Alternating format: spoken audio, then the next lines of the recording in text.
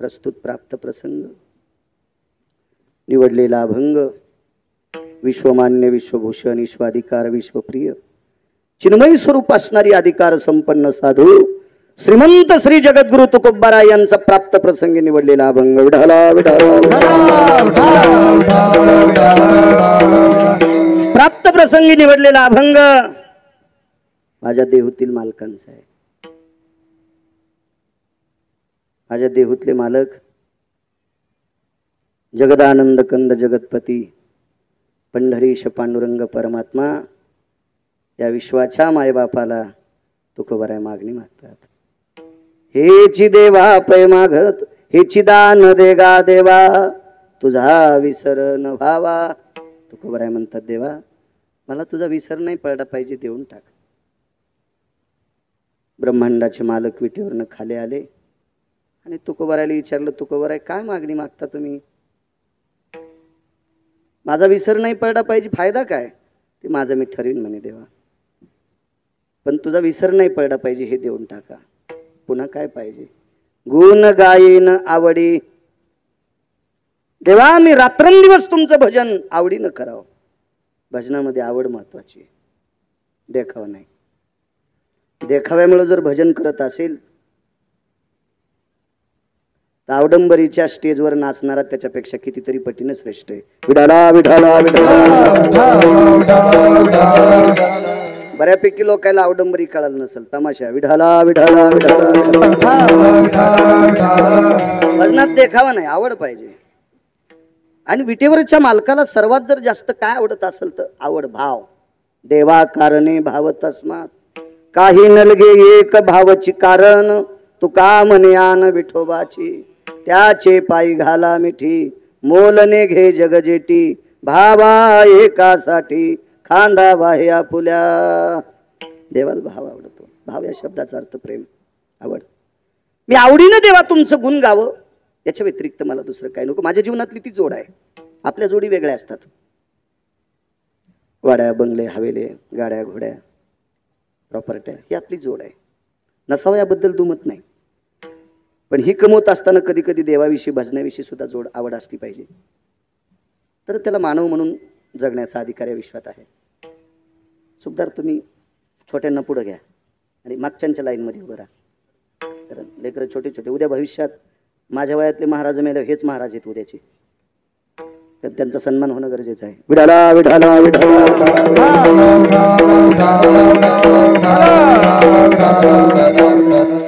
देवा मी आवडीनं तुमचं गुण गावं आणि माझ्या जीवनातली ही जोड आहे. ठीक आहे काय हरकत नाही. तुम्हाला मोक्ष पाहिजे का नको म्हणले. न लगे मुक्ती आणि संपदा तुकोबारायांनी मोक्षाचा नकार दिला नको म्हणले मोक्ष. श्रुतीने तुकोबारायाला विचारलं पूज्यश्री तुकोबाराय मोक्षासाठी प्रत्येक जण बेजार आहे तुम्ही मोक्ष का नको म्हणता. तुकोबारायाने सांगितलं श्रुती माते मोक्ष त्या लोकांना गरज आहे ज्यांना दक्षिणेच्या राजाची भीती वाटते त्यांना मोक्ष पाहिजे. दक्षिणेचा राजा म्हणजे यम. कोरोनात माणसं कोणाला भेट होते रोगाला नाही मरणाला मारीत कोण असतो यम. मग दक्षिणेच्या राजाची ज्याला भीती आहे त्याला मोक्ष पाहिजे. तुकोबाराय म्हणतात आम्ही त्या दक्षिणेच्या राजाच्या डोक्यावर पाय दिलाय जगा काळ काय करायचं मोक्ष आम्हाला. ज्याला काळाची भीती वाटते त्याला मोक्ष पाहिजे. आम्ही त्याच्या डोक्यावर पाय दिलाय नुसता पाय नाही दिला काळ घरी काम आलाय. काळ गुलाम सलाम करी तुकया घरी राबतसे मुजरा करीत होता काळ मुजरा याच्याकरता मोक्ष नको. आणि पुन्हा श्रुतीने विचारलं तरी पण मोक्ष असू द्या ना काय करते बाई मोक्ष मोक्ष काय लावलं तू. मोक्ष माझ्या इथं काम करतोय. मोक्षामा घरी कामारी हे दाशी होय सांगवायशी तुका म्हणे. आणि मोक्षानं काम करत असताना चूक केली तर लातही हाणली. मोक्ष सुका हानू लाता लात मारली आम्ही मोक्षाला. मोक्षाला मी नाही बघ मालकानं देऊतल्या मालकाने. तुमच्या आमच्यात काय ताकद आहे. आपल्या स्वप्नात मोक्ष नाही आपण कशाला गप्पा आणायच्या गागावपणा. याच्याकरता मोक्ष नकोय. न लगे मुक्ती आणि संपदा. पैशाचा पण तिरस्कार केला. तिरस्कार केला म्हणून नाही नको म्हटले नको. आता मात्र प्रत्यक्ष बऱ्यापैकी पुराणाचं मत असेल वेदाचं मत असेल शास्त्राचं मत असेल अशा मतांतरामध्ये विलीन असणाऱ्या लोकांनी तुकोबारायाला प्रश्न केला असेल की तुम्हाला पैसा का नको वाटतोय. पैसा आवडत नाही असा जगात माणूस आहे, हातवरी करा बरं कोणाला पैसे आवडत नाही. पैशाच्या विरोधात गप्पा करणं मूर्खाला बी जमतात, पण पैसा आवडत नाही असा माणूसच नाही. ऐसा कोणी दावा हे जया नावडे, ऐसा कोणी दावा हे जया नावडे, कन्या पुत्र घोडे दारादन. कशात न कशात गुतला. एक जण म्हणला महाराज मी लग्न केलं नाही, दारा म्हणजे मला बायको नाही. मी नाही अभंगातून सुटलं का? नाही सुटला सुंबळ्या. तर बायको नाही केली म्हणजे सुटत असतो का? नाही त्या सुटली द्रव्य लोभ माया, नाही त्या सुटली द्रव्य लोभ माया. भस्मदंड छाया तरुवराची, नाही सुटले कोणी. हे आधारीव 18 लोक जर सोडून दिले तर खाली कोणी सुटलं नाही. कशात न कशात गुतला. दुःख बरं नाही, नकोय म्हणजे तेव्हा. न लगे मुक्ती आणि संपदा.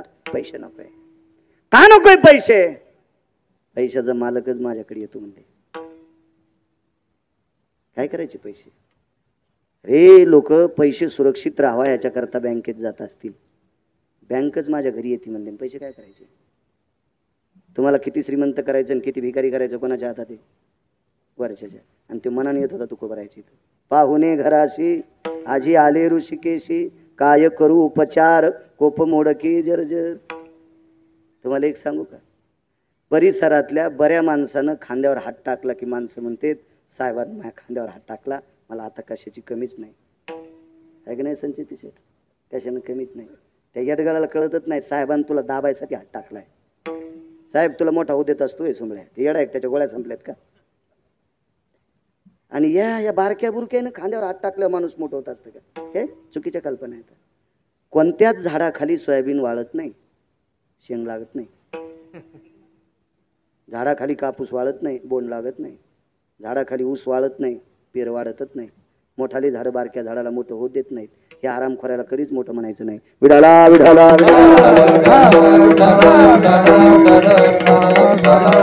कोण मोठा? तुमच्या आमच्या पूर्ण जीवनाची दखल घेतो तो जगाचा बाप मोठा आहे. तो मोठा आहे, तो मोठा आहे. देखवी ऐकवी एक नारायण, तयाचे भजन चुको नका. मी बोलतोय तुम्ही ऐकता, तुम्ही ऐकता मी बघतोय. कोणातली क्रिया आहे? त्या मालकाची क्रिया आहे. त्यानं का काढून घेतलं ना ते कार्ड, ज्याचं काढून घेतलं त्याला उद्या सकाळी मळ्यात पेटवावं लागते. सकाळी लगेच बातमी येते, आदरणीय हरिभक्तीपरायण बाळू महाराज गिरगावकर गेले. लगेच एक क्लिप टाकतो, गेले दिगंबर. त्याला तर काही दमत नाही. दारू पिऊन मरणाऱ्याला बी ही क्लिप टाकते. यम इतका हानीन इंच भर जागा ठवाचं नाही लाल करायची. विडाला विडाला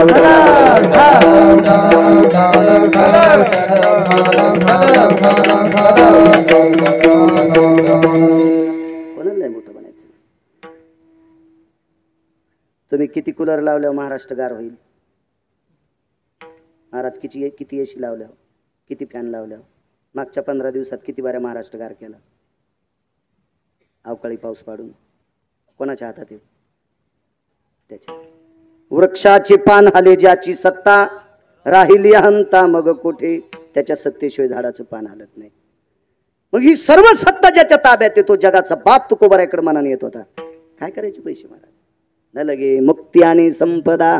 पाहिजे काय? तर संत संग देई सदा. आम्हाला संतांची संगती द्या. तुकोबाराला विचारलं संतांच्या संगतीत फायदा काय? संतांच्या संगतीत इतका मोठा फायदा, इतका मोठा फायदा, तो फायदा सांगता येणार नाही. ब्रह्मदेवाला सुद्धा ते मोजता येणार नाही, इतका मोठा फायदा आहे. पण संत जर पुढे चालत गेले आणि त्यांच्या पाय ज्या मातीवर चिटकाला, ती माती जर उडून अंगावर आली, वासनेचे बीज जळून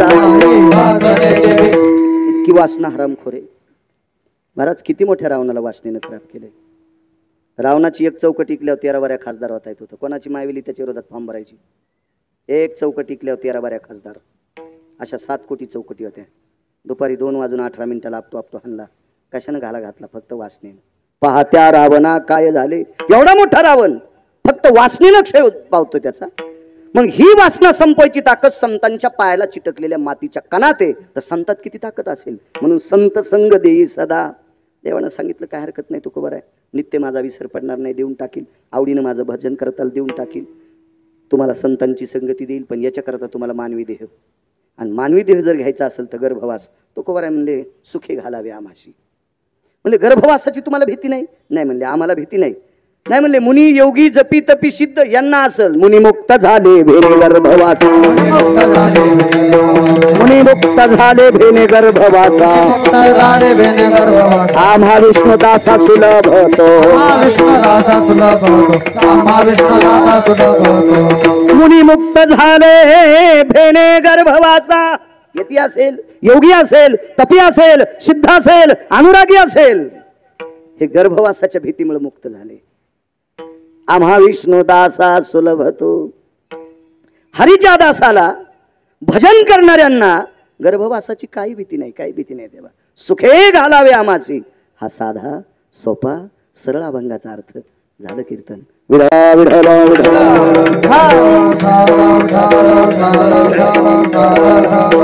आजचा हा पवित्र दिन सनातन वारकरी संप्रदायामध्ये 29 उपवासापैकी आजचा एक परमपावन उपवास आहे. त्याची एक एकादशी आहे आणि या एकादशीच्या पर्व काळावर एकादशीला नित्याची कीर्तनं तुम्ही वडाळी भोई ग्रामस्थांच्या वतीने प्रत्येक एकादशीला एक यजमान अर्जित करतात आणि कीर्तन ठेवतात. एक गोडशी परंपरा आहे. महाराज त्या दिवशी एक पवित्र 29 उपवासापैकी एक उपवास आहे, तो विश्वाच्या मालकाचा उपवास आहे. ज्ञानोबाराय तुकोबारायांनी आरक्षित केलेले उपवास फक्त 29 आहेत. तुम्ही लवंगाव मंगळवार धरतात, खारकाव बुधवार धरतात, हे भंगिरीने सांगितलेले उपवास तुम्ही धरतात. याच्याकरता आपल्या बायका वेशनी नसताना माणसापेक्षा जास्त आजारी पडतात. हे ज्ञानोबाराय तुकोबारायचं ऐकत नाहीत, नाही भंगिरीच ऐकत आहेत. त्याच्यामुळे तुम्ही जास्त बिमार पडतात. विठाला विठाला विठाला.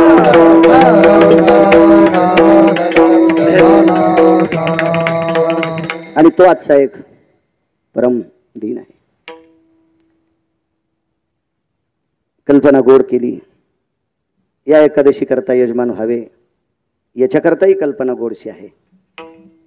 आपले बाबा असतील, कोणाची आई असेल, कोणाचे आजोबा असतील, कोणाची आजी असेल, कालवश लोकांसाठी त्यांच्या पुण्यस्मरणाची आठवण, त्यांच्या स्मृतीला उजाळा द्यावा, त्यांचं एक स्मरण व्हावं, त्यांची आठवण व्हावा, या निमित्तानं ह्या एकादशी अर्जित केल्या.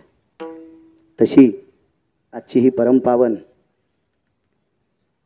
या संप्रदायामध्ये एकादशीला अनन्यसाधारण महत्त्व आहे. अशी मोहिनी एकादशी, या एकादशीचा पर्वकाळ पाहून सौभाग्यवती स्वर्गीय कैलासवासी गोलोकवासी सत्यलोकवासी सौभाग्यवती राधाबाई कुशाबा आहेर यांचं 7वं पुण्यस्मरण आहे. आणि ते पुण्यस्मरणाचं निमित्त आहे. आपल्या मातोश्रीला एका परमपावन एकादशीच्या दिवशी आपल्या मातोश्रीच्या स्मृतीला उजाळा मिळावा, तिच्या आठवणीला उजाळा मिळावा, म्हणून या तिन्ही बांधवांनी मोठ्या श्रद्धेनं आजचा कार्यक्रम आयोजित केला. आणि त्या कार्यक्रमासाठी माझ्यासारख्या सर्वसामान्य गिरगावच्या बाळूला हे कीर्तन करण्याचा योग येतोय. माझं सुद्धा ते एक परम भाग्य.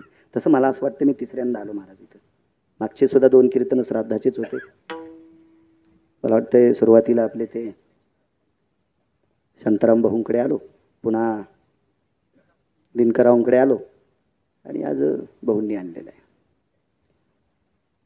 आदरणीय श्री कुशाबा कारभारी आहेर वारकरी संप्रदायातलं एक नाविन्यपूर्ण व्यक्तिमत्व आहेत. दिव्य अशा अधिष्ठानाचा कारभार इथे डोंगरावर मार्कंडे ऋषींचं अधिष्ठान आहे. हा संप्रदाय ऋषीप्रणित संप्रदाय, मुनिप्रणित संप्रदाय आहे. शास्त्रप्रणित आहे, वेदप्रणित आहे, पुराणप्रणित आहे. त्याच्यापैकी मार्कंडे एक फार मोठे अधिकारी, मुनींच्या यादीतली एक मुनी होऊन गेले, असं त्यांचं अधिष्ठान आहे. त्या अधिष्ठानावर आदरणीय कुशाबा कारभारी आहेर एक तिथला नाविन्यपूर्ण पारदर्शक कारभार बघतात. तिथल्या पादुका घेऊन ही दिंडी सुद्धा विटेवरच्या मालकाच्या दर्शनाला जाते. एक गोडसा उपक्रम, सुंदरसा स्तुत्य उपक्रम, विटेवरच्या मालकाला ज्ञानोबाराय तुकोबारायला आवडेल असा गोडसा उपक्रम वारी सुद्धा तुम्ही सुरू केली, त्याबद्दलही तुम्हाला धन्यवाद. वसंत भाऊ असतील, भाऊसाहेब असतील आणि विश्वनाथ भाऊ असतील, मागच्या दोन्ही कार्यक्रमामध्ये विश्वनाथ भाऊ होतेच. मागच्या वेळेस मागचा कार्यक्रम झाला इथं मंगल कार्यालयात, त्यावेळेलाच विश्वनाथ भाऊंनी सांगितलं असा एकादशीचा नियम आहे. मला असं वाटतं एका एकादशीच्या निमित्तानं आमच्या आईच्या स्मृतीला उजाळा मिळावा, याच्याकरता तुम्ही कीर्तनाला यावं. काय हरकत नाही येतो म्हणून. खरं तर आजची वारीची एकादशी आहे, पण काही न विचार करता सहज एकदा होकार दिला. आमच्या सोबतची सगळी वारीला गेलीत, मी इकडे आलो. ह्या एकादशीला मी वारीला असतो पंढरीला. चला, इथेही गोड साधिष्टाने इतकं सुंदर मंदिर केलं तुम्ही गावकऱ्यांनी.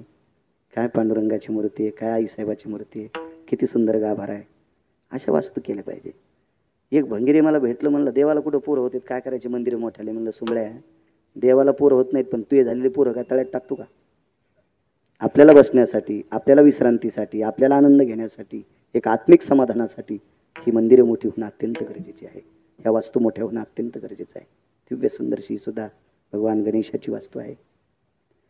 भगवान पांडुरंग परमात्म्याची फार मोठी सुंदरशी वास्तू मारुतीरायाचं सुद्धा सुंदरसं मंदिर आहे. जुनाट मूर्ती सुद्धा सुरेल आहे. म्हणून गावकऱ्यांना द्यावी तितके धन्यवाद. गावात जेवढ्या अण्णावाची मंडळी असतील तेवढ्यांना धन्यवाद देतो. आदरणीय विश्वनाथ भाऊ असतील, भाऊसाहेब असतील, वसंत भाऊ असतील, या यजमानांनी आपल्या मातेचा सोहळा मोठ्या आजच्या परमपावन मोहिनी एकादशीच्या दिवशी मोठ्या श्रद्धेनं साजरा करतात. तुम्हाला धन्यवाद. मला आमंत्रित केलं याच्याकरता धन्यवाद नाही. महाराज, जी माणसं आईवडिलांचा आदर करतात ती माणसं धन्य असतात.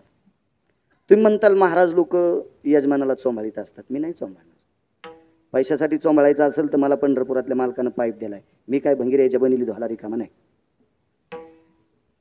कशा करता चोंभाळायचं? विश्वनाथ भाऊ, जर तुम्ही 2 कोटी रुपये दिले, आम्ही येऊ देऊ नका, मी गेली म्हणायला दिले 2 कोटी रुपये गिरगावच्या बाळूला.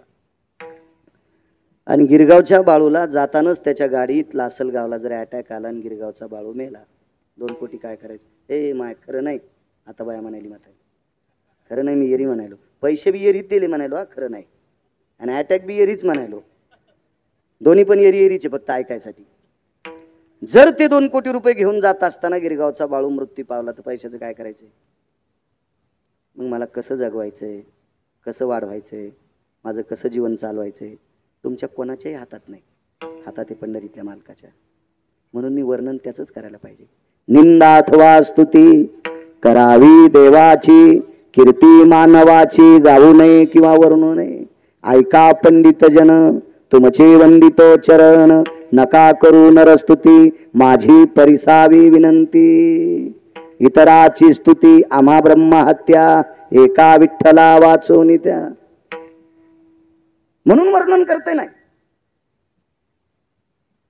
श्रीमंत श्री जगद्गुरु तुकोबाराय आई वडिलांचा आदर करणाऱ्या लोकांच्या पाया पडतात.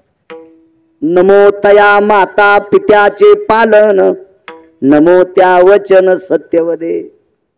जो आई वडिलांचं पालन करतो तुकोबाराय म्हणतात मी त्याला नमस्कार करतोय. तुकोबाराय गिरगावचा बाळू मानत असेल, काय नवलाची गोष्ट आहे. इथे चिल्लर आहे. त्याच्या पायाला चिटकलेल्या मातीचा कण सुद्धा नाही. जो माणूस आई वडिलांचा आदर करतो का, तो माणूस धन्य असतो. धन्य धन्य. मुद्दा सांगतो तुम्हाला.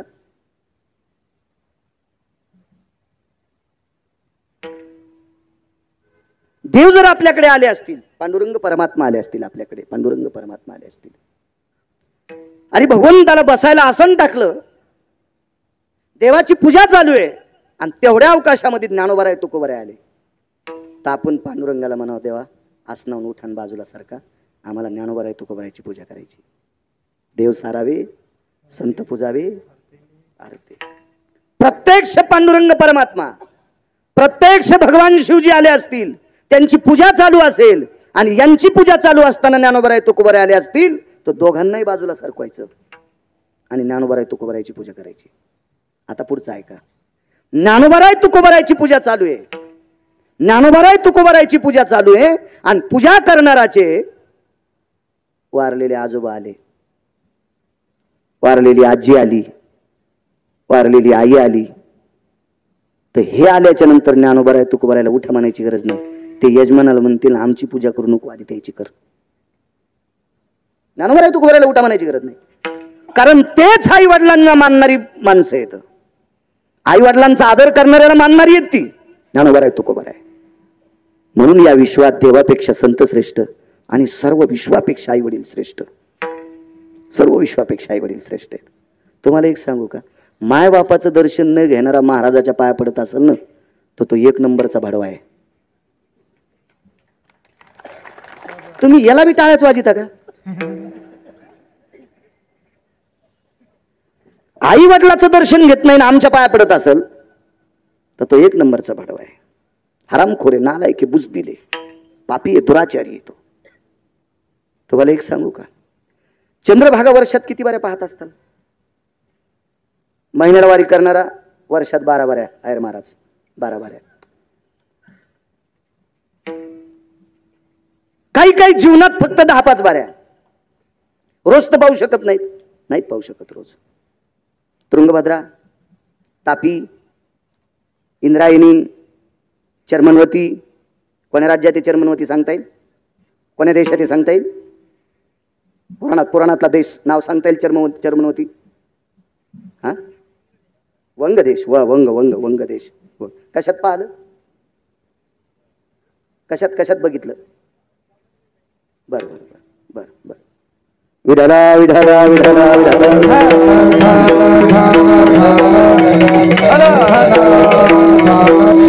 वंग देशात एक सिंह जन्माला आला, त्याचं नाव सांगता येईल?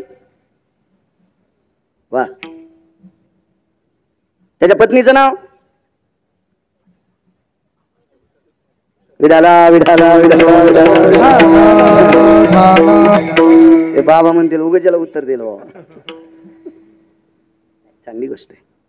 तुम्ही जितके सुज्ञ होताल का तितके आमचे लोक नीट कीर्तन करतील, आणि तुम्ही जितके गाफील राहताल का तितके आमचे गाणेच म्हणतील, आणि तुम्हाला लुटून घेऊन जातील. आणि तुम्हाला तरी काय पुण्य आहे?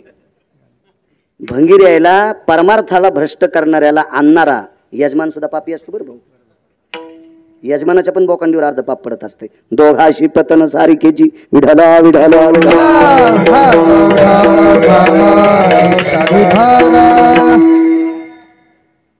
360 तीर्थ आहेत. करू शकतो आपण एवढे? नाहीत करू शकत. पण हे 360 तीर्थ एकदा पंढरपूरला गेल्यावर मंदिराची पाठभीत पाहिली की सगळे प्राप्त होतात. पाहता देवळाची पाठ, पाहता देवळाची पाठ.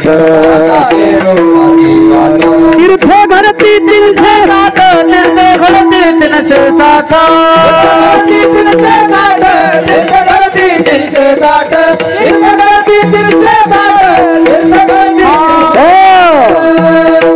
पांडुरंगाच्या मंदिराची पाठीमागची बाजू भिंत पाहिली की 360 तीर्थ करते. त्याच्यासाठी पंढरपूरला जावं लागेल. ती भिंत पाहण्यासाठी अगोदर चंद्रभागेत स्नान करून शुद्ध व्हावं लागेल. त्याच्यासाठी नगर प्रदक्षिणा करावं लागेल, आणि नगर प्रदक्षिणा करून मंदिराला कळसाचं दर्शन घेऊन एक प्रदक्षिणा करत असताना पाठीमागून भिंत बघावं लागेल. त्यावेळेला 360 तीर्थ केल्याचं पुण्य प्राप्त होते. हे 360 तीर्थ जाऊन बघू शकत नाहीत. पंढरपूरला भिंत पाहिली की प्राप्त होतात. पण लक्षात घ्या, रोज सकाळी आईचं वडिलाचं दर्शन घेतलं की 360 तीर्थ तिथं मिळते.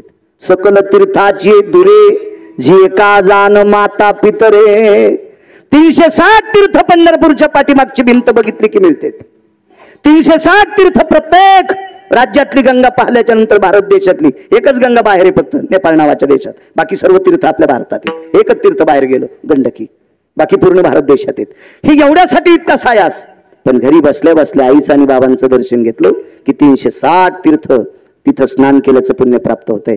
आणि त्या आईच्या स्मृतीला उजाळा देणारे तुम्ही तिन्ही बांधव, तुम्हाला द्यावे तितके धन्यवाद. थोडे आपल्या आईवडिलांचा आदर करणं सर्वात महत्वाचा भाग आहे. मुद्दा सांगेल, जुनी लोक फार शिकलेली नव्हती, पण एकही चुकीचं वाक्य करत नव्हती. जो जन्मदात्या माईचा होऊ शकत नाही तो हरामखोर कोणाचाच होऊ शकत नसतो. जो जन्मदात्या बापाचा होऊ शकत नाही तो नालायक कोणाचाच होऊ शकत नाही. ही जुनी लोक म्हणायची. जो रक्ताच्या नात्याचा होऊ शकत नाही ते तुमचा आमचा काय होऊ शकतो? म्हणून सर्वात मोठं दैवत कोणतं मोठं असेल तर आपली आई वडील आहेत. त्या आपल्या आईच्या स्मृतीला उजाळा देण्यासाठी एवढा मोठा सायास आजच्या या परम पावन हरिदिनीच्या दिवशी आपल्या मातेच्या स्मृतीला उजाळा देण्यासाठी आजचा एवढा भव्य दिव्य सोहळा आदरणीय या परिवारानं केला. त्या परिवाराला पुनश्च धन्यवाद. या परिवारात 2 भगिनी आहेत, त्यांच्या सौभाग्यवती प्रीतीताई असतील, सौभाग्य गयाताई असतील. हे 3 बंधू आणि 2 बहिणी आहेत. त्यांच्या 5 अपत्यांना मोठ्या या परमपावन या महाराष्ट्राच्या मातीमध्ये काळ्या मातीची नाळ असलेली माऊली, या काळ्या मातीमध्ये रक्ताचा घाम करून मोती पिकवणाऱ्या या कुळामध्ये या मातीशी कायमचं सूत्रास ठेवणारी माऊली विश्वाच्या मालकाच्या सानिध्यात गेल्या 7 वर्षापूर्वी दक्षिणेच्या मालकाच्या निरोपाला सामोऱ्या गेल्या आणि ही लोकातली यात्रा सोडी बघता बघता 7 वर्ष निघून गेली. त्यांच्या स्मृतीला गोडसा असा उजाळा ज्या ठिकाणी असतील त्या ठिकाणाहून शरीरानं जरी गेल्या असतील तरी पण आशीर्वादाच्या रूपानं या परिवारावर, आहेर परिवारावर कायमस्वरूपी त्यांचा आशीर्वाद राहो अशी मातृगयेच्या चरणी गिरगावकराची प्रार्थना. कारण या देशातली पवित्र स्त्री मातृगयेला जात असते आणि पुरुष हा पितृगयेला जात असतो. गुजरातमध्ये सिद्धपूर नावाचं गाव आहे. त्या सिद्धपूर नावाच्या गावात 360 तीर्थापैकी एक तीर्थ आहे. त्या तीर्थाचं नाव आहे सरस्वती नावाचं तीर्थ. या तीर्थावर भगवान परशुरामाने आपल्या आईचं श्राद्ध केलं. याच्याकरता त्या तीर्थाला मातृतीर्थ असं नाव पडलं. अशा या परमपावन अधिष्ठानातून या आहेर कुटुंबियांना आपल्या मातेचा गोडसा आशीर्वादाचा ओलावा प्राप्त हो असा पितृदेवांच्या चरणी प्रणाम करेल. आणि आता माझ्या अभंगावर येतो विठाला विठाला. याच गावातलं वारकरी संप्रदायातलं जुनाट रत्न आदरणीय हरिभक्तीपरायण आमचे धोंडीराम महाराज आहेर जुनं व्यक्तिमत्व आहे. भजनानंदी आहेत. फार दिवसापासून भजनाची संध्या त्यांच्या हाताने होते असे आहेर महाराज आहेत. आता नुकतेच ज्ञानोबराय तुकोबरायच्या कृपाप्रसादाने पुन्हा कार्यान्वित संस्थेचा पाठ शिकून मोठ्या गुरुवर्यांच्या आता खाली ज्ञानार्जन करून जे प्रशांत महाराज सुद्धा आलेले आहेत. महाराजांना सुद्धा प्रणाम. आणि एक उपक्रम यावर्षी सुंदरसं शिबिर ठेवलं. गावातलीच विद्यार्थी सकाळी 7ला मंदिरात येणार, संध्याकाळी 6ला शेवटचा पाठ हरिपाठ आटापला किती घरी जाणार. याचा फायदा काय सांगू तुम्हाला. कारण भविष्यामध्ये सप्ताहामध्ये हरिपाठासाठी, पावल्या खेळण्यासाठी, कोट खेळण्यासाठी, कीर्तनात उभं राहण्यासाठी आपल्याला गावातलीच टाळकरी प्राप्त होणार. गावातलीच उद्या हे हरिपाठ शिकतील, संस्कृती शिकतील, गंध लावायचं शिकतील, पोशाखाचं ज्ञान शिकेल. आपण कुठल्या संस्कृतीतले आहेत, कुठल्या धर्मातले आहेत, आपण काय करायला पाहिजे आत्तापर्यंत त्यांना ते बाळकडू आत्ताच पाजत राहिलेत. आणि किती गोड आहे, किती गोड आहे. ह्याच्यासाठी सायस करावं लागते, संस्थेत जावं लागते. इथं महाराजांनी सगळ्यांनी मिळून हे तुम्ही करता. खूप आनंदाचा योग आहे. उद्या आज एवढ्या पोशाखातली लेकरं सुंदर, उद्या भविष्यात याच्यातला न जाणू गिरगावकर जसं कीर्तन करतो याच्यापेक्षा हजारो पटीनं तात्विक कीर्तन करणारी याच्यातली एखादी जन्मतील. काय कोणाचं नशीब धुतात. रंग धुता येतील, कपडे धुता येतील, प्रारब्ध धुता येत नाही. ते कोणाला धुता येतं, ते विश्वाचा मालक ठरवत असतो. तशी पण पडणं गरजेचं आहे. त्या शिबिराला सुद्धा महाराज प्रणाम. मला थोडासा वेळ झाला, लवकर आलो असतं तर मी शिबिरातही प्रवचन केलं असतं विद्यार्थ्यांच्या पुढं. या सर्व विद्यार्थ्यांना गोड शुभेच्छा. दोन्ही चौकदार असतील, तिन्ही तुतारीवाले असतील, त्यांनाही धन्यवाद. हरिभक्तीपरायण आमचे गायनाचार्य अक्षय महाराज असतील, त्यांच्या बाजूचे सोपान महाराज असतील, विनयकरी महाराज, मस्तक माझा पायावरी या वारकरी संतांच्या साऊंड सिस्टीमवाले सुद्धा छान आहेत. तुम्हाला सुद्धा धन्यवाद. विठाला विठाला गुणगायी नावडी श्रीमंत श्री जगद्गुरु तुकोबाराय विश्वाच्या मालकाला म्हणतात, मी देवा आवडीनं तुमचं भजन करीन, मला एवढं देऊन टाका. विटेवरचे मालक तुकोबारायला विचारतात, तुकोबाराय तुम्ही आवडीनं माझं गुण गाणे म्हणजे भजन करणे, आवडीनं माझं भजन करण्यात तुम्हाला फायदा काय. तुकोबाराय देवाला सांगतात, देवा सतसत विवेक बुद्धीने मी मागितले. मी काय गाफीलपणानं मागितलं नाही, कोणाचं दडपण माझ्यावर आहे म्हणून मागितलं नाही, काही नाही, काही नाही. वेळेपणात मागितलं नाही, कशाचा ताण आला याच्याकरता मागितलं नाही, काही नाही. मी प्रसन्नपणाने देवा तुम्हाला मागतोय की मी आवडीनं तुमचं गुण गावं, मला एवढं देऊन टाका. भगवान म्हणतात काय हरकत नाही, घेऊन टाका. तर श्रुती येऊन उभी राहिली. श्रुती ही वेदाची कीळ असते, टवटवीतता वेदाची. ती श्रुती आली आणि त्या श्रुतीनं तुकोबारायचं दर्शन घेतलं. महाराज काय तुकोबारायचा अधिकार, ज्यांच्या पायावर श्रुती वाकत होती, श्रुती. आणि का नाही वाकावा. श्रुती ज्याचं कवर आहे, श्रुती ज्याची कीळ आहे, त्याचा अर्थ तुकोबारायला माहित होता. वेदाचा तो अर्थ आम्हाशीच ठावा. आणि का नाही श्रुतीनं वाकावं. साष्टांग दंडवत श्रुतीनं तुकोबारायच्या चरणावर घातला आणि प्रश्न केला, पूज्यश्री तुकोबाराय, गुरुवर्य तुकोबाराय, आवडीनं भजन करण्याचा फायदा काय. तुकोबारायनं सांगतात, श्रुती माते आवडीनं भजन करण्याचा फायदा किती सांगू तुला, किती सांगू. तो संपणार नाही. भजनाचा इतका मोठा फायदा आहे. तुम्हाला एक सांगू का, यज्ञाने ठराविक फायदा असेल, व्रतानं आमचे हरिभक्तीपरायण मृदंगाचार्य ओंकार महाराज असं होतं बरं, कधी कधी विसरतं. पण असं नाही समजायचं मुद्दा म्हणून विसरलं बरं. होतं एक मोबाईल किती चांगला असू द्या, लोड आल्यावर हँग होतच असतो. विठाला विठाला विठाला.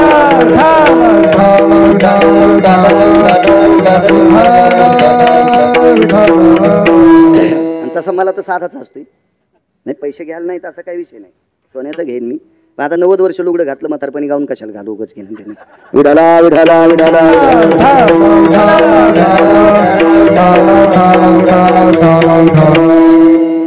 काही काही कर्माचं पुण्य मोजता येईल महाराज. यज्ञाचं पुण्य मोजता येईल. पुत्रकामिष्ट यज्ञ केला पोरग होईल, त्याच्या पुढचं काय मोजता त्याला. कन्याकामिष्ट यज्ञ केला मुलगी होईल. कन्याकामिष्ट आतापर्यंत कोणी केलाच नाही, सगळे पोरायच्यात मागे येतं. सगळ्यालाच पोरं झाले, आपले पोरं कोणा संग लग्न करतील. त्याच्यामुळे कधी कधी कन्याकामिष्ट पण केला पाहिजे. कन्येसाठी सुद्धा कधी कधी अपेक्षा ठेवली पाहिजे. चला अमक्या अमक्या गोष्टीसाठी यज्ञ केला, त्याचं मोजायचं पुण्य आहे, मोजता येते ते पुण्य, मोजता येते. भजनाचं पुण्य आतापर्यंत कोणालाही मोजता आलं नाही. तुका म्हणे येथे भजन प्रमाण, तुका म्हणे येथे भजन प्रमाण, काय थोरपण जाळावे,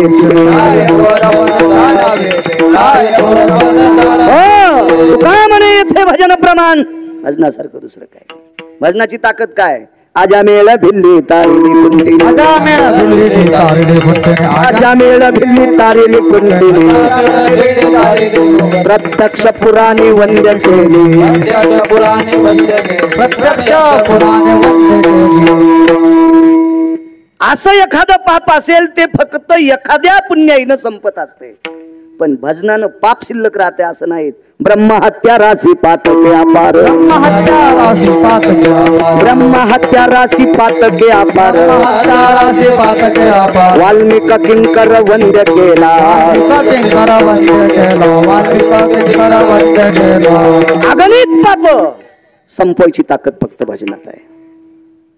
आणि ते मी देवा आवडीनं तुमचं भजन करावं अशी माझी इच्छा आहे, माझी भावना आहे, माझी मानसिकता आहे. मला ते देऊन टाका, मी आवडीनं तुमचं गुण गाईल, एवढंच देऊन टाका. श्रुतीने प्रश्न दुसरा केला, तुकोबर आहे भजन करण्यासाठी जात एक तिळाचा संबंध नाही. याता याती धर्म नाही विष्णू दासा, निर्णय तो ऐसा वेद शास्त्री. भजन करण्यासाठी जातीचा संबंध नाही, भजन करण्यासाठी कुळाचा संबंध नाही, भजन करण्यासाठी गरिबी श्रीमंतीचा संबंध नाही. कोणालाही भजन करता येते, जातीचा काही संबंध नाही. हो का उत्तम चांडाळ त्याचे पायी माझे कपाळ, त्याचे पायी माझे कपाळ, हो का उत्तम चांडाळ. साध्वी जनाबाई म्हणतात वारकरी आहे ना, मग उत्तम कुळातला आहे का चांडाळ कुळातला विचारायचं नाही, वारकरी आहे ना त्याच्या पायावर माझं डोकं. कबीर मोमीन लतिपा मुसलमान, सेना नावी जान विष्णुदास. कबीर लतिपा मुस्लिमाच्या कुळातले, सज्जन नावाचा कसाई मुस्लिमाच्या कुळातला आहे, लतिपा नावाचा व्यक्ती मुस्लिमाच्या कुळातला आहे. वैष्णव झाले, वैष्णव वैष्णव. चंद्र सूर्य येतोपर्यंत यांची नाव आहेत. कशी ताकद आहे फक्त भजनाची. वैष्णव चांभार धन्य त्याची माता, या पोटाची खळगी भरण्यासाठी बुट चप्पल शिवायचा व्यवसाय, पण गळ्यात तुळशीची कंठी आहे, त्याच्या आईला धन्यता दिली. तुका म्हणे नाही जाती सवे काम, ज्याचे मुखी नाम तोची धन्य. जो या वाणीनं भजन करतोय, गोड बोलतोय तो धन्य. त्याची जात सांगायचीच नाही. मी अमख्या जातीत जन्माला आलो, बिना पाण्याची पितू सोमळ्या आहे तू. काय फुकायची तुझी जात, तू नीट पाणी पित नाही ना, मग काय तुझी लायकी आहे, काही संबंध नाही. इथं चांगलं वागणाऱ्याला किंमत आहे, भजनाला किंमत आहे भजनाला. आणि मग भजनासाठी जात पंथ वर्ण काही संबंध नाही, तिला भजन करणं अत्यंत गरजेचं आहे. एक बाई संक्रांतीच्या दिवशी, आदल्या दिवशी, संक्रांतीच्या आदल्या दिवशी काय असते, भोगी. वा छान. एक संक्रांती एकादशीच्या दिवशी आलती ना, आलती ना. त्या दिवशी काय केलं तुम्ही, भोगी पण एकादशीच्या दिवशी आलती एकदा, हल्लेन बैंगन. कीर्तनाला दम नाही, भागवताला दम नाही, रामायणाला दम नाही, गुण कोणाला आहे. अशी जर संक्रांत आली असेल तर पौष महिन्यात पूर्ण महिनाभर कधी पण वाण देता येत असते. एकादशीच्या दिवशी आली असेल भोगी, त्या दिवशी करायची नाही. ऐकत जा जरासं. काही काही बाया अतिशहाण्या, बाई आयोची सक्रात आहे, वर्षाली एकदा येत असती. महाराज काही भय कधीत गोळ्या संपल्यात का द्यायच्या? हा का गांजावरतीत महाराज? कधी कधी शास्त्र म्हणेल ते सांडावे, ते राज्य ही तृण मानावे. ऐकत जा. कधी कधी संक्रांतीचा आदला दिवस भोगीचा कार्यक्रम आटपला. पती पत्नी बसलेले आहेत, बाजूला मुलगा बसलाय. भजनाची ताकद काय महाराज, कावडीनं गुण गावा. बाईनं मालकाला विचारलं, धनी? इथं बसलेली बाई नवऱ्याला धनी म्हणती. कोणी हातवरी करावरती? तिच्या चपलाचं मंदिर बांधू आपण? नाही, नाहीत म्हणणार धनी. तुमची जीभ वाकणार नाही, येडिंग झाली जिबील तुमच्या.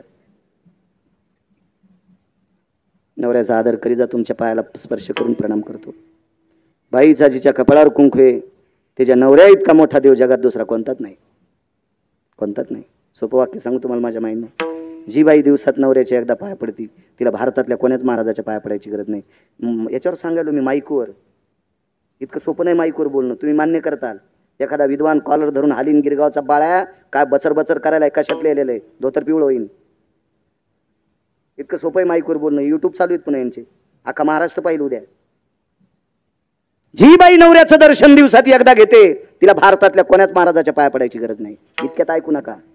जी दिवसात 3दा नवऱ्याचं दर्शन घेते, तिला जगातल्या कुठल्याच देवतेच्या पाया पडायची गरज नाही. देवत तिच्या पाया पडतात. तिची देवावरी सत्ता,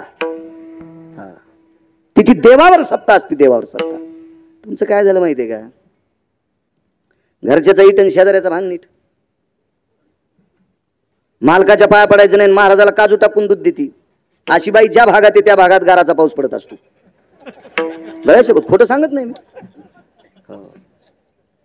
सर्वात मोठा देव आपला पती आहे महाराज, त्याच्यापेक्षा देवच मोठा कोणता नाही.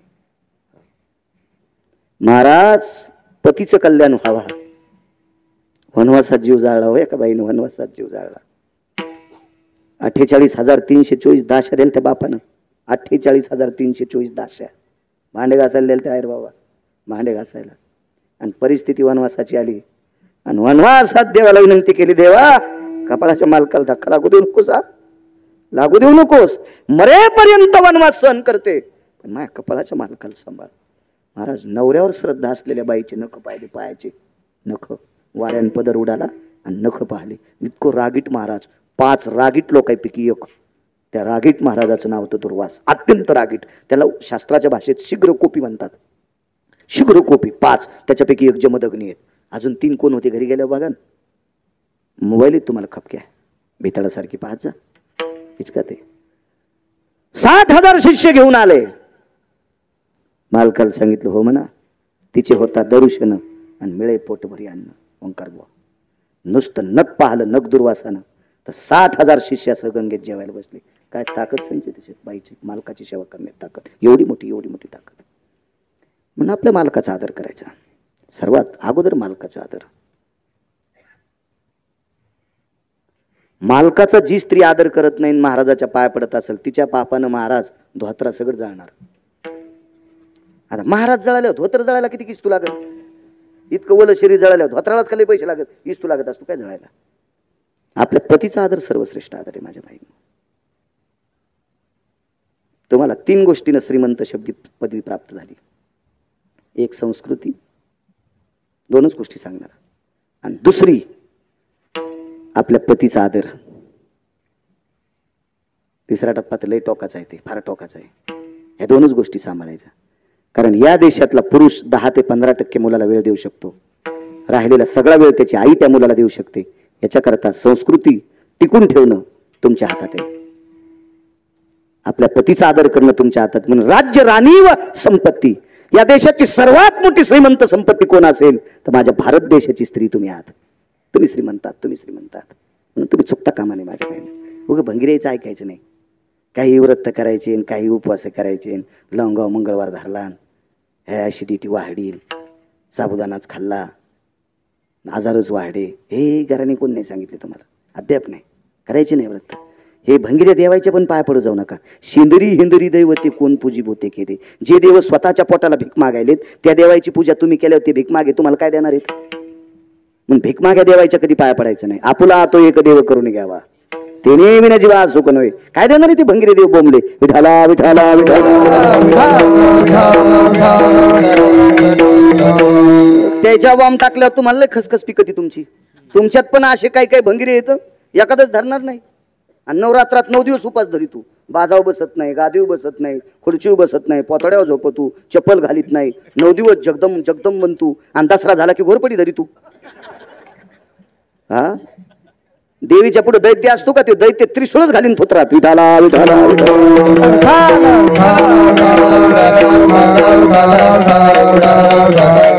महाराज या संप्रदाय सोंग नाही चालत. येथे नाही खोटा चालत परिहार. इथे खोटं नाही चालत, नाही चालत इथं खोटं. या संप्रदायात निखळ संप्रदाय, असा मोकळा मोकळा सरळ संप्रदाय, सरळ सरळ संप्रदाय. तुम्हाला एक सांगू माझ्या माईनं, इथं बसलेल्या एखाद्या सुनानं सासू सासऱ्याला स्वतःच्या लेकरा इतकं जर वेळेला जेवायला दिलं ना, तर पंढरपूरच्या 1 कोटी वाऱ्या केल्याचं पुण्य त्या सुनाला प्राप्त होते. 1 कोटी वाऱ्या केल्याचं. 1 कोटी लिहून घ्या गिरगावच्या बाळ्याचं वाक्य. तुम्हाला जर चुकीचं सांगत असेल तर पाप माझ्या बोकांडीवर पडेल ना. मी मूर्ख आहे का तुमचं पाप डोक्यावर घ्यायला? गोळ्या संपल्यात माझ्या. हे सुद्धा पुण्य पुण्य पुण्य पुण्य. तुमच्यातल्या एका बाईनं सासऱ्याची कंबर धुतली होती. कीर्तनात सांगितलं होतं. हे माझा सगळ्यात जास्त कीर्तन मोह ऐकत आहे. चांगली गोष्ट आहे. कीर्तन नाही माझं, कीर्तन देवाचं असते, सांगायला बाळ्या असते. मला कीर्तन पपेजमाय ऐकायची नाही. तुम्ही कशी ऐकतील? पपेजमाय म्हणजे माझी बायको, तिने ऐकायची. तुम्ही कशी ऐकताल? सोयराबाई कंबर धुतली हो सासऱ्याची. सिद्धांत सांगू. अयर महाराज सासऱ्याने विचारलं, सुनबाई एक बोलू तुला. स्त्री ही 3च पुरुषाची कंबर धुत असते. एक मुलाची धुत असते, एक नवऱ्याची धुत असते आणि एक बापाची धुत असते. मुलीनं बापाची कंबर धुणं काही पाप नाही. मुलाची कंबर ताई धुतच असते. नवऱ्याची धुणं काही पाप नाही. पण सासऱ्याची कंबर तुला लाज वाटली नाही? तुला मळमळ झालं नाही? तुला चिळस वाटली नाही? मी सून आहे असा काही भाव वाटला नाही? गालातली गालात हसली आणि सासऱ्याला सांगितलं, मामांजी कंबर धुवायच्या अगोदर तुम्हाला सासराच म्हणत होते, म्हणजे मामांजी म्हणत होते. आणि कंबर धुणं झाल्यावरही तुम्हाला मामांजी म्हणजे सासराच म्हणत होते. पण कंबर धुस तर तुम्हाला सासरा म्हणलेत नाही, तुम्हाला बाप समजिलं. तुम्हाला बाप समजेल. मी नुसते एका कोटी वारीचं पुण्य सांगितलं तुम्हाला, नाही का? सासऱ्याला सासूला आदरानं भाकरी देणाऱ्या सुनाला 1 कोटी पंढरपूरच्या वाऱ्या केलेलं पुण्य. हा चिल्लर शब्द आहे, चिल्लर चिल्लर शब्द आहे. पुण्यच मोजता येत नाही. सासऱ्याची जीवनात एकदा कंबर धुतली. इथं कोणाही बसलेल्या माणसाला 5 लाख रुपये पट्टी करून देतो, त्यानं महिनाभर लुगडं नेसून तालुक्यात फिरायचं. माझ्याकडे पैसे नाहीत, मी काय तुमच्याच परिसरात भीक मागलं तुम्हाला दे. हाय कोणी तयार? 10 लाख. घरात नाही लुगडं नेसायचा, तालुक्यात फिरावं लागेल लुगडं नेसून. आहे का भाऊ तयार कोणी? संजीत शेठ आहे का भाऊ? आहे कोणी तयार? नाही. विश्व ज्याच्या ताब्यात आहे त्याला जगाचा पाप म्हणतात. 27 दिवस लुगडं नेसला सासऱ्याची कंबर धुणाऱ्या बाईच्या साड्या धुण्यासाठी. मी तर चिल्लर पुण्य सांगितलं तुम्हाला, चिल्लर. मग आपल्या घरात आपण चांगलं वागतो का? हे देवाचं भजन केल्याचं पुण्य आहे. आपलं नेमकं काय झालं? आपण घरातल्या लोकांशी भांडतो ना, हरिपाठ सगळे पाठ करायला. घरातल्या लोकांना नीट बोलायचं नाही, तुळशीला इडे घालायली, महादेवाला पाणी पहाटे 4लाच घालायली, सर्दी होईन त्याला, जरा कमी पाणी टाक. घरातल्या लोकांना नीट बोलून पांडुरंगाला मंजुळावा आली, काय ते मान्य कसा करील? तो अद्याप नाही. ऐकायची धड नाही, त्याची परत्र पुसाची काही. जे रक्ताच्या नात्यात नीट वागू शकत नाही ते स्वर्गात नेण्याच्या लायकीचे असतात का? नाही. आदर करणं महत्वाचं आहे. काय सांगत होतो?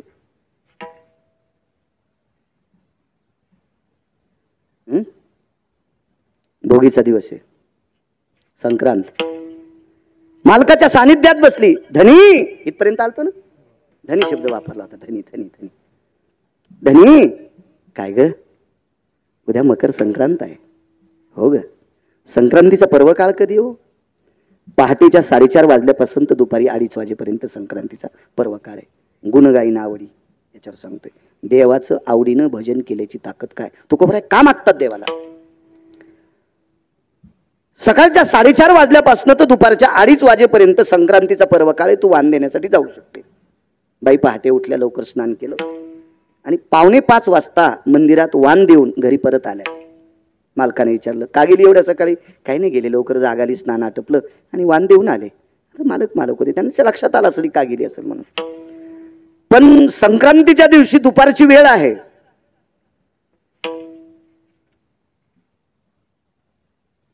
त्या छोट्याशा पर्णकुटीमध्ये एका लाकडाला टेकन देऊन ती आई बसलेली आहे. तिचा चिमुकला मुलगा तिच्या पुढे बसलेला आहे. आणि बसलेला असताना आईला एकांतात विचारलं, आई विचारू का गे काय? तो बाबांनी तुला सांगितलं होतं सकाळच्या 4:30 वाजल्यापासून तर 2:30 वाजेपर्यंत दुपारी संक्रांतीचा पर्व काळे वाहन आहे आणि तू फार अंधारात गेलीस ग आई. एवढ्या अंधारात शिवाय एकटी गेलीस ग तू? आई, संक्रांतीच्या दिवशी बायका नटून मंदिरात जातात ग, साड्या घालतात, नव्या नव्या दागदागिने घालतात. नसू दे आपल्याकडे दागिने, पण एकही बाई अंधारात गेली नाही. तू एकटी अंधारात का गेली ग? जाऊ दे ना बाळा, जाऊ दे, गेले. महाराज मुलगा दुरून बोलत होता. मुलगा मुलगाच होता. दुरून बोलणारा मुलगा जवळ आला, आईला प्रणाम केला ना आईला विचारलं, माय मी तर फारसा काही मोठा नाही, पण आतापर्यंत तुला दुःख होईल असं वागलो नाही. मग तुला दुःख होत नाही असं जर वागलो नसल तर एवढ्या सदाचारी मुलाला उत्तर फेकाफेकीचं का देते तू? मला इच्छा आहे तुझं उत्तर मला खरं मिळावं. तू अंधारात का गेली? दागिने नसू दे ग, सगळ्याच बायकांना दागिने असतात असा विषय नाही काही, पण बऱ्यापैकी बायका उजाड्याच्या नंतर मोठ्या सन्मानानं 4-2 जणी मिळून वाण देण्यासाठी जातात. तू एकटी गेलीस. मुलाला हृदयाशी धरलं आणि हुंदका दिला. तिला उत्संबळून आलं. मुलाने आईच्या चेहऱ्याकडे बघितलं. तिचा चेहरा लालबुंद झालेला होता, रागानं नाही. तिच्या डोळ्याच्या कडा लाल झाल्या, ओल्या झाल्या आणि खळाखळा पाणी येत होतं. मुलाला हृदयाशी धरलं, सांगितलं, बाळा दागिने नसू दे रे, साडी नवी नसू दे, पैठणी नसू दे, पितांबर नसू दे, बनारस नसू दे, साधी साडी असू दे. मला साधी जरी साडी असेल जुनी तरी पण ती फाटकी आहे रे. आणि शिवाय ती दोन्ही जन्नूवर फाटलेली, मांडीवर फाटलेली आहे. मुलानं दुसरा प्रश्न केला, आई दोन्ही जन्नूवर फाटलेली भाग आला असेल तर तू साडी उलटी नेसली असली तर फाटकं मिऱ्यामध्ये गेलं असतं, मिऱ्या घालण्यामध्ये गेलं असतं. आईनं उत्तर दिलं, बाळा कपाळावर कुंकू असल्याच्या नंतर सौभाग्यवती स्त्रीनं उलट पातळ नेसायचं नसतं. गरिबी आली तरी पदराकूनच शिवून नेसायचं, पण उलट नेसायचं नसतं. मुलाला सांगितलं, बाळा मांडीवरती छिद्र साडीला होते, पातळाला होते. आणि भर लोकांमध्ये, बायकांमध्ये, माणसांमध्ये जरी जायचं नसेल तर बायकांमध्ये तुझ्या आईच्या मांडीवरची फाटकी साडी बायकांनी पाहणं तुझ्या बाबाची लाज जाते. तो का म्हणे नग्न बाज, तरी ती लाज स्वामीची. महाराज पत्नीचं पातळ फाटल्याच्या नंतर त्याची लाज, नवऱ्याची लाज जात असते, त्याची प्रतिष्ठा नदीला जात असते. बाळा तुझ्या बाबांचं माझ्या कपाळाच्या मालकाचा अपमान होऊ नये याच्याकरता मी अंधारात वाण देऊन आले. गरिबी किती असेल माझ्या माईनं त्या बाईची. तिला संक्रांतीच्या दिवशी सुद्धा चांगली साडी भारीची सोडून द्यावं, पण फाटकी नसणारी साडी तिला नेसायला नव्हती, मांडीवर फाटकी होती. काय परिस्थिती नाजूक असेल. तिच्या मालकाला जे धोतर होतं का त्याला बऱ्यापैकी गाठी होत्या. त्या बाईची जाऊ सांगू किती श्रीमंत होती. त्या बाईची जाऊ त्या काळामध्ये द्वापार युगामध्ये संक्रांतीच्या दिवशी वाण देत असताना नेसलेल्या साडीला हिरे होते, हिरे पदराला, हिरे होते पदराला. एवढी श्रीमंत तिची सख्खी जाऊ, सख्ख्या दिराची बायको,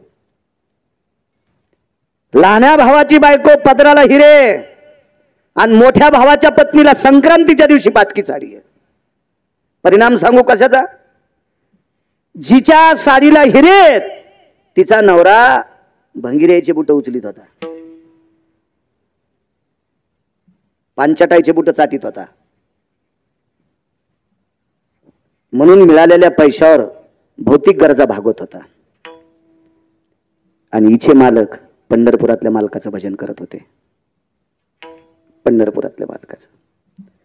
संक्रांतीच्या दिवशी मंदिरात न दिसल्यामुळे 1-2 दिवसाला स्वतः समुद्राच्या तीरावर धुणं धुत असताना पाहिलं. त्या गावाचं नाव आहे पोरबंदर. पाहिलं धुणं धुत असताना. आता हिच्याकडे धुण्याला बाया होत्या, पण तिला लाज वाटली होती. जावेच्या घरी झोपड्यात कसं भेटायला जा, म्हणून सहज समुद्राकडे गेले. आणि किनाऱ्याला उतरल्याच्या नंतर विचारलं, ताईसाहेब तुम्हाला एक सांगू, उद्यापासून तुमच्या मालकाला सांगा आमचे मालक ज्यांचं भजन करते त्यांचं भजन करा. भजन म्हणजे स्तुतीपाठक होता तो, स्तुतीपाठक एका राजाचा स्तुतीपाठक. तिनं सांगितलं, हळदीच्या अंगानं ज्या दिवसपासून मी या घरात आले आणि घरातला शेर ओलांडलं, माप ओलांडलं, गुणगायी आवडी याच्यावर सांगतोय, त्या दिवसपासून मालकानं सांगितलेलं ऐकावा असं मी ठरवलंय. मी सांगितलेलं मालकाला ऐकावा असं माझ्या जीवनात नाही. तिनं सांगितलं तुम्ही मरताल पण ऐकणार नाही. तिनं सांगितलं जीव गेला तरी हरकत नाही पण भजन पंढरपुरातल्या मालकाचंच करणार. एक वाक्य सांगू, कायावृधो यति अंबरायाम कायावरुता यति अंबरा नैवायाम तरुपर्णेषु निशियाम व्यवहारेषु दिनत्रय त्यागेषु. याचा अर्थ खाली येऊन सांगतो. या शरीरावर अंबर, काया म्हणजे शरीर, अंबर म्हणजे वस्त्र. वस्त्र घालायला जर नाही मिळालं तर दिवसा फिरता येणार नाही. याच्याकरता दिवसा घरात बस जाऊ, रात्री फिरत जाऊ. आणि दुसरा एक मुद्दा, तरुयाम पर्णेषु, झाडाची पानं अंगाला लावून राहू पण कोणाचं भजन करणार नाही. भजन त्याचंच करू, त्याचंच करू. ती म्हणली तुम्ही आशेचे, तुमचे नशीब काय बाई, आमचं नशीब फुटका असू दे पण नाही, मी मालकाला म्हणणार नाही, त्याच्यापेक्षा मीच करणार नाही दुसऱ्याचं भजन. कोणाची स्तुती नका करू नरस्तुती, माझी परिसावी विनंती. महाराज चांगल्या लोकांना सांगितलंय, ऐका पंडित जन तुमचे वंदितो चरण. पाय धरून सांगितलंय, पाय धरतोय तुमचे पाय, नका करू नरस्तुती. तिने सांगितलं नाही करणार, नाही करणार. तिने सांगितलं नका करू, मरा असंच. असं म्हणल्यावर कालांतरानं हिचे मालक ज्या राजाची स्तुती करत होते ते राजेच मेलं, मारलं, परचक्र आलं, संपत्ती लुटून नेली, हिचंही सगळं लुटून नेलं. कुठं बसली माहिती आता ही नंतर? जगदंबेच्या मंदिरात. जगदंबेच्या मंदिरात.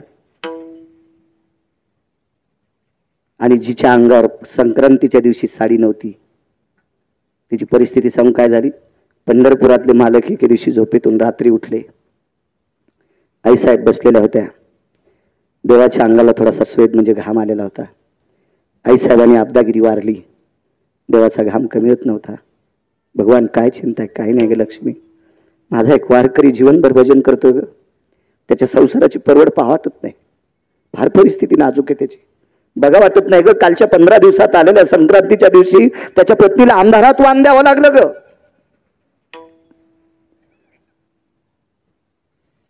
मला बघावंसं वाटत नाही त्याचं, मला करणं काहीतरी, त्याचाच विचार करतो. आणि मध्यरात्रीला एक कलेचं दैवत विश्वकर्मा महाराजाला आमंत्रित केलं आणि विश्वकर्मा महाराजाला आमंत्रित करून भगवंताच्या सासरवाडीतून द्रव्य आलतं.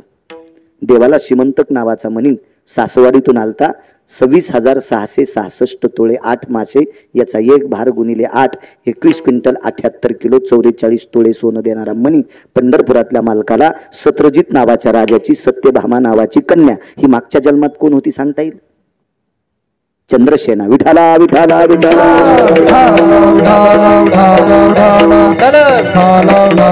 आणि या सत्रजित राजाकडनं प्राप्त झालेला तो मणी 22.25 क्विंटल सोनं देणारा. काशीत अन्न सत्र केलं, अक्रूर घाट बांधला, अक्रूर घाटावर एका लिंगाची स्थापना केली, त्याला अक्रूरेश्वर लिंग म्हणतात. तीर्थाचा जीर्णोद्धार केला, मणिकर्णिका तीर्थ नाव पुढे प्राप्त झालं. असं आणि मग कालांतरानं ते भांडारगृहात सोनं साठवलं आणि पंढरपुरातल्या मालकाने विश्वकर्मा महाराजांना सांगितलं, एका निष्ठावंत वारकऱ्याने जीवनभर भजन केलंय, त्याचं गाव सोन्याचं करा. त्याचं गाव सोन्याचं, गाव पूर्ण सोन्याचं केलं. गाव सोन्याचं केल्याच्या नंतर काही सोनं उरलं, काय करावं, काय नाही म्हणले, एका निष्ठावंत वारकऱ्याला दिले, वापस आणू नका, त्याचा मसनवाटा सोन्याचा करा. मसनवाटा सोन्याचा. कुबेराला गाव सोन्याचं आहे, मसनवाटा मातुड्याचा आहे. रावणाला गाव सोन्याचं आहे, मसनवाटा मातुड्याचा आहे. आणि वारकऱ्याला गाव सोन्याचं आहे आणि मसनवाटा सोन्याचा आहे. त्या वारकऱ्याचं नाव होतं सुदामदेव. शुद्ध भाव देखोनिया गाव स्वर्णाचा दिला गा. पोहे निमित्त घातले बरं का, निमित्त घातले. पोह्यानं जर गाव सोन्याचा झाला असता तर मी तर 5-50 ट्रक पोहे वाटीन ना, बंधी रेल्वे वाटीन पोह्याची. कसं होईन गाव सोन्याचं? त्यासाठी भाव लागन, भाव. दृष्टांत संपला. श्रीमंत श्री जगद्गुरु तुकोबाराय विटेवरच्या मालकाला विचारतात, देवा अरे ज्याच्या पत्नीला संक्रांतीच्या दिवशी साडी नेसण्यासाठी नाही, सुदामदेवाला पूजेचं आमंत्रण आलतं. एका श्रीमंत घरी एका मुलाचं लग्न झालं आणि त्या लग्नातल्या सत्यनारायणाची पूजा करण्यासाठी सुदामदेवाला आमंत्रण आलं. तर सुदामदेव गेले नाही. मुलाने विचारलं, बाबा तुम्ही जर गेले असते तर आपल्याला थोडेसे तांदूळ आले असते वरुणाच्या खालचे.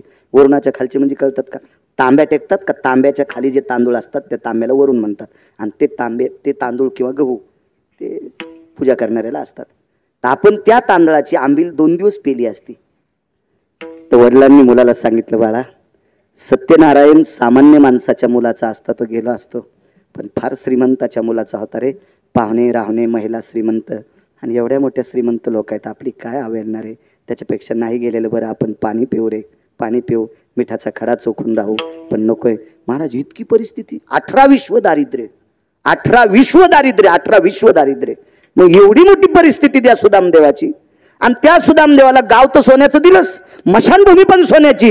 कारण काय? ब्रह्मांडाचे मालक खाली उतरले आणि तुकोबाराच्या गळ्याला मिठी मारली आणि मानावर मान टाकून देऊन रडू लागले. आणि देवानं तुकोबाराला सांगितलं, तुकोबारा माझ्या आवडीनं भजन केलं त्यानं.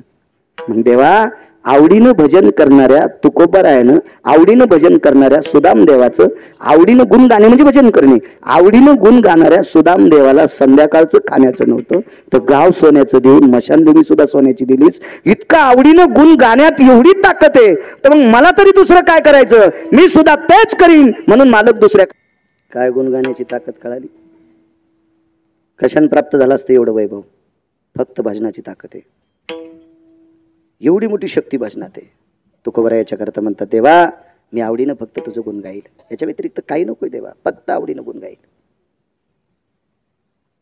काय शक्ती गुण गाण्याची. प्रभू रामचंद्र वनवासात होते.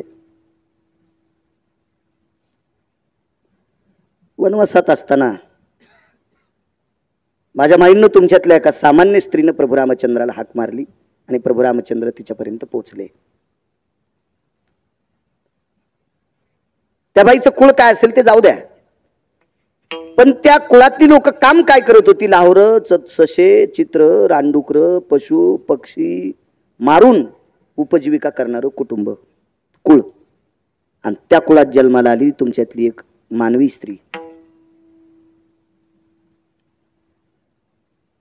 त्यागावर आरूढ होती. मुनिश्री मतंगाचं दर्शन झालं, स्वच्छतेचा वसा घेतला. शासन आता सांगते एक पाऊल स्वच्छतेचा, असंच काहीतरी असतं ना शासनाचं. आपला परिसर स्वच्छ करा, आता सांगते शासन. त्रेतायुगात स्वच्छतेचा संदेश दिला एका भिल्ल कुळातल्या बाईनं, लाहोर सशी रानडुकर धरणाऱ्याच्या कुळातल्या पोरीनं. तिचं नाव होतं शबरी. आणि कलियुगात स्वच्छतेचा संदेश दिला मंगळवेढ्याचे मालक श्रीमंत श्री संत चोखोबाराय. स्वच्छतेचा संदेश त्यांनी दिला.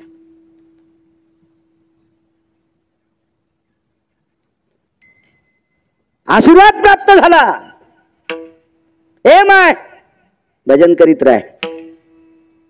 काय भजन केलं? फक्त रामनामाचं, रामकृष्ण नामाचं भजन केलं, रामनामाचं. जीवनभर भजन, जीवनभर भजन. आला भेटील देव महाराज, देव भेटीला आला. देव भेटीला आल्याच्या नंतर देवाची काय पूजा करू, काय काय पूजा करू, काय नाही का? तुमच्या आमच्यासारखं थोडंच काम होतं. शेजारणीनं झाड लावलं आणि ती उठायच्या आधी तिनं फुलं तोडले. शेळीचाच दुसरा अवतार. म्हणजे पाणी तिनं घातलं, हिनं फुलं तोडले. चोर सोसायटीचे अध्यक्ष. दुसरी शेपुडीत ना, शेळ्याला कळत नाही. शेळ्यात तुळस खाती, काही खाती, शेळीला कळत असतं काय? चोरून फुलं देवाला व्हायला पावत असतात का? देवाच्या अंगात दगड टाकले इतकं पाप लागत असतं. कोण सांगितलं तुम्हाला दुसऱ्यात फुलं चोरायचे देवाला व्हायचे? आगाऊपणा करायचं नाही इथून पुढे. असा काय पूजा करू देवाची? काय काय काय पूजा करू? पाण्याचा माठ होता पर्णकुटीत झोपडीत. त्या पाण्याच्या माठातलं एक आता तिच्याकडे तांब्या आणि तीन कशाचं, धातूचं मातीचंच गाडगं.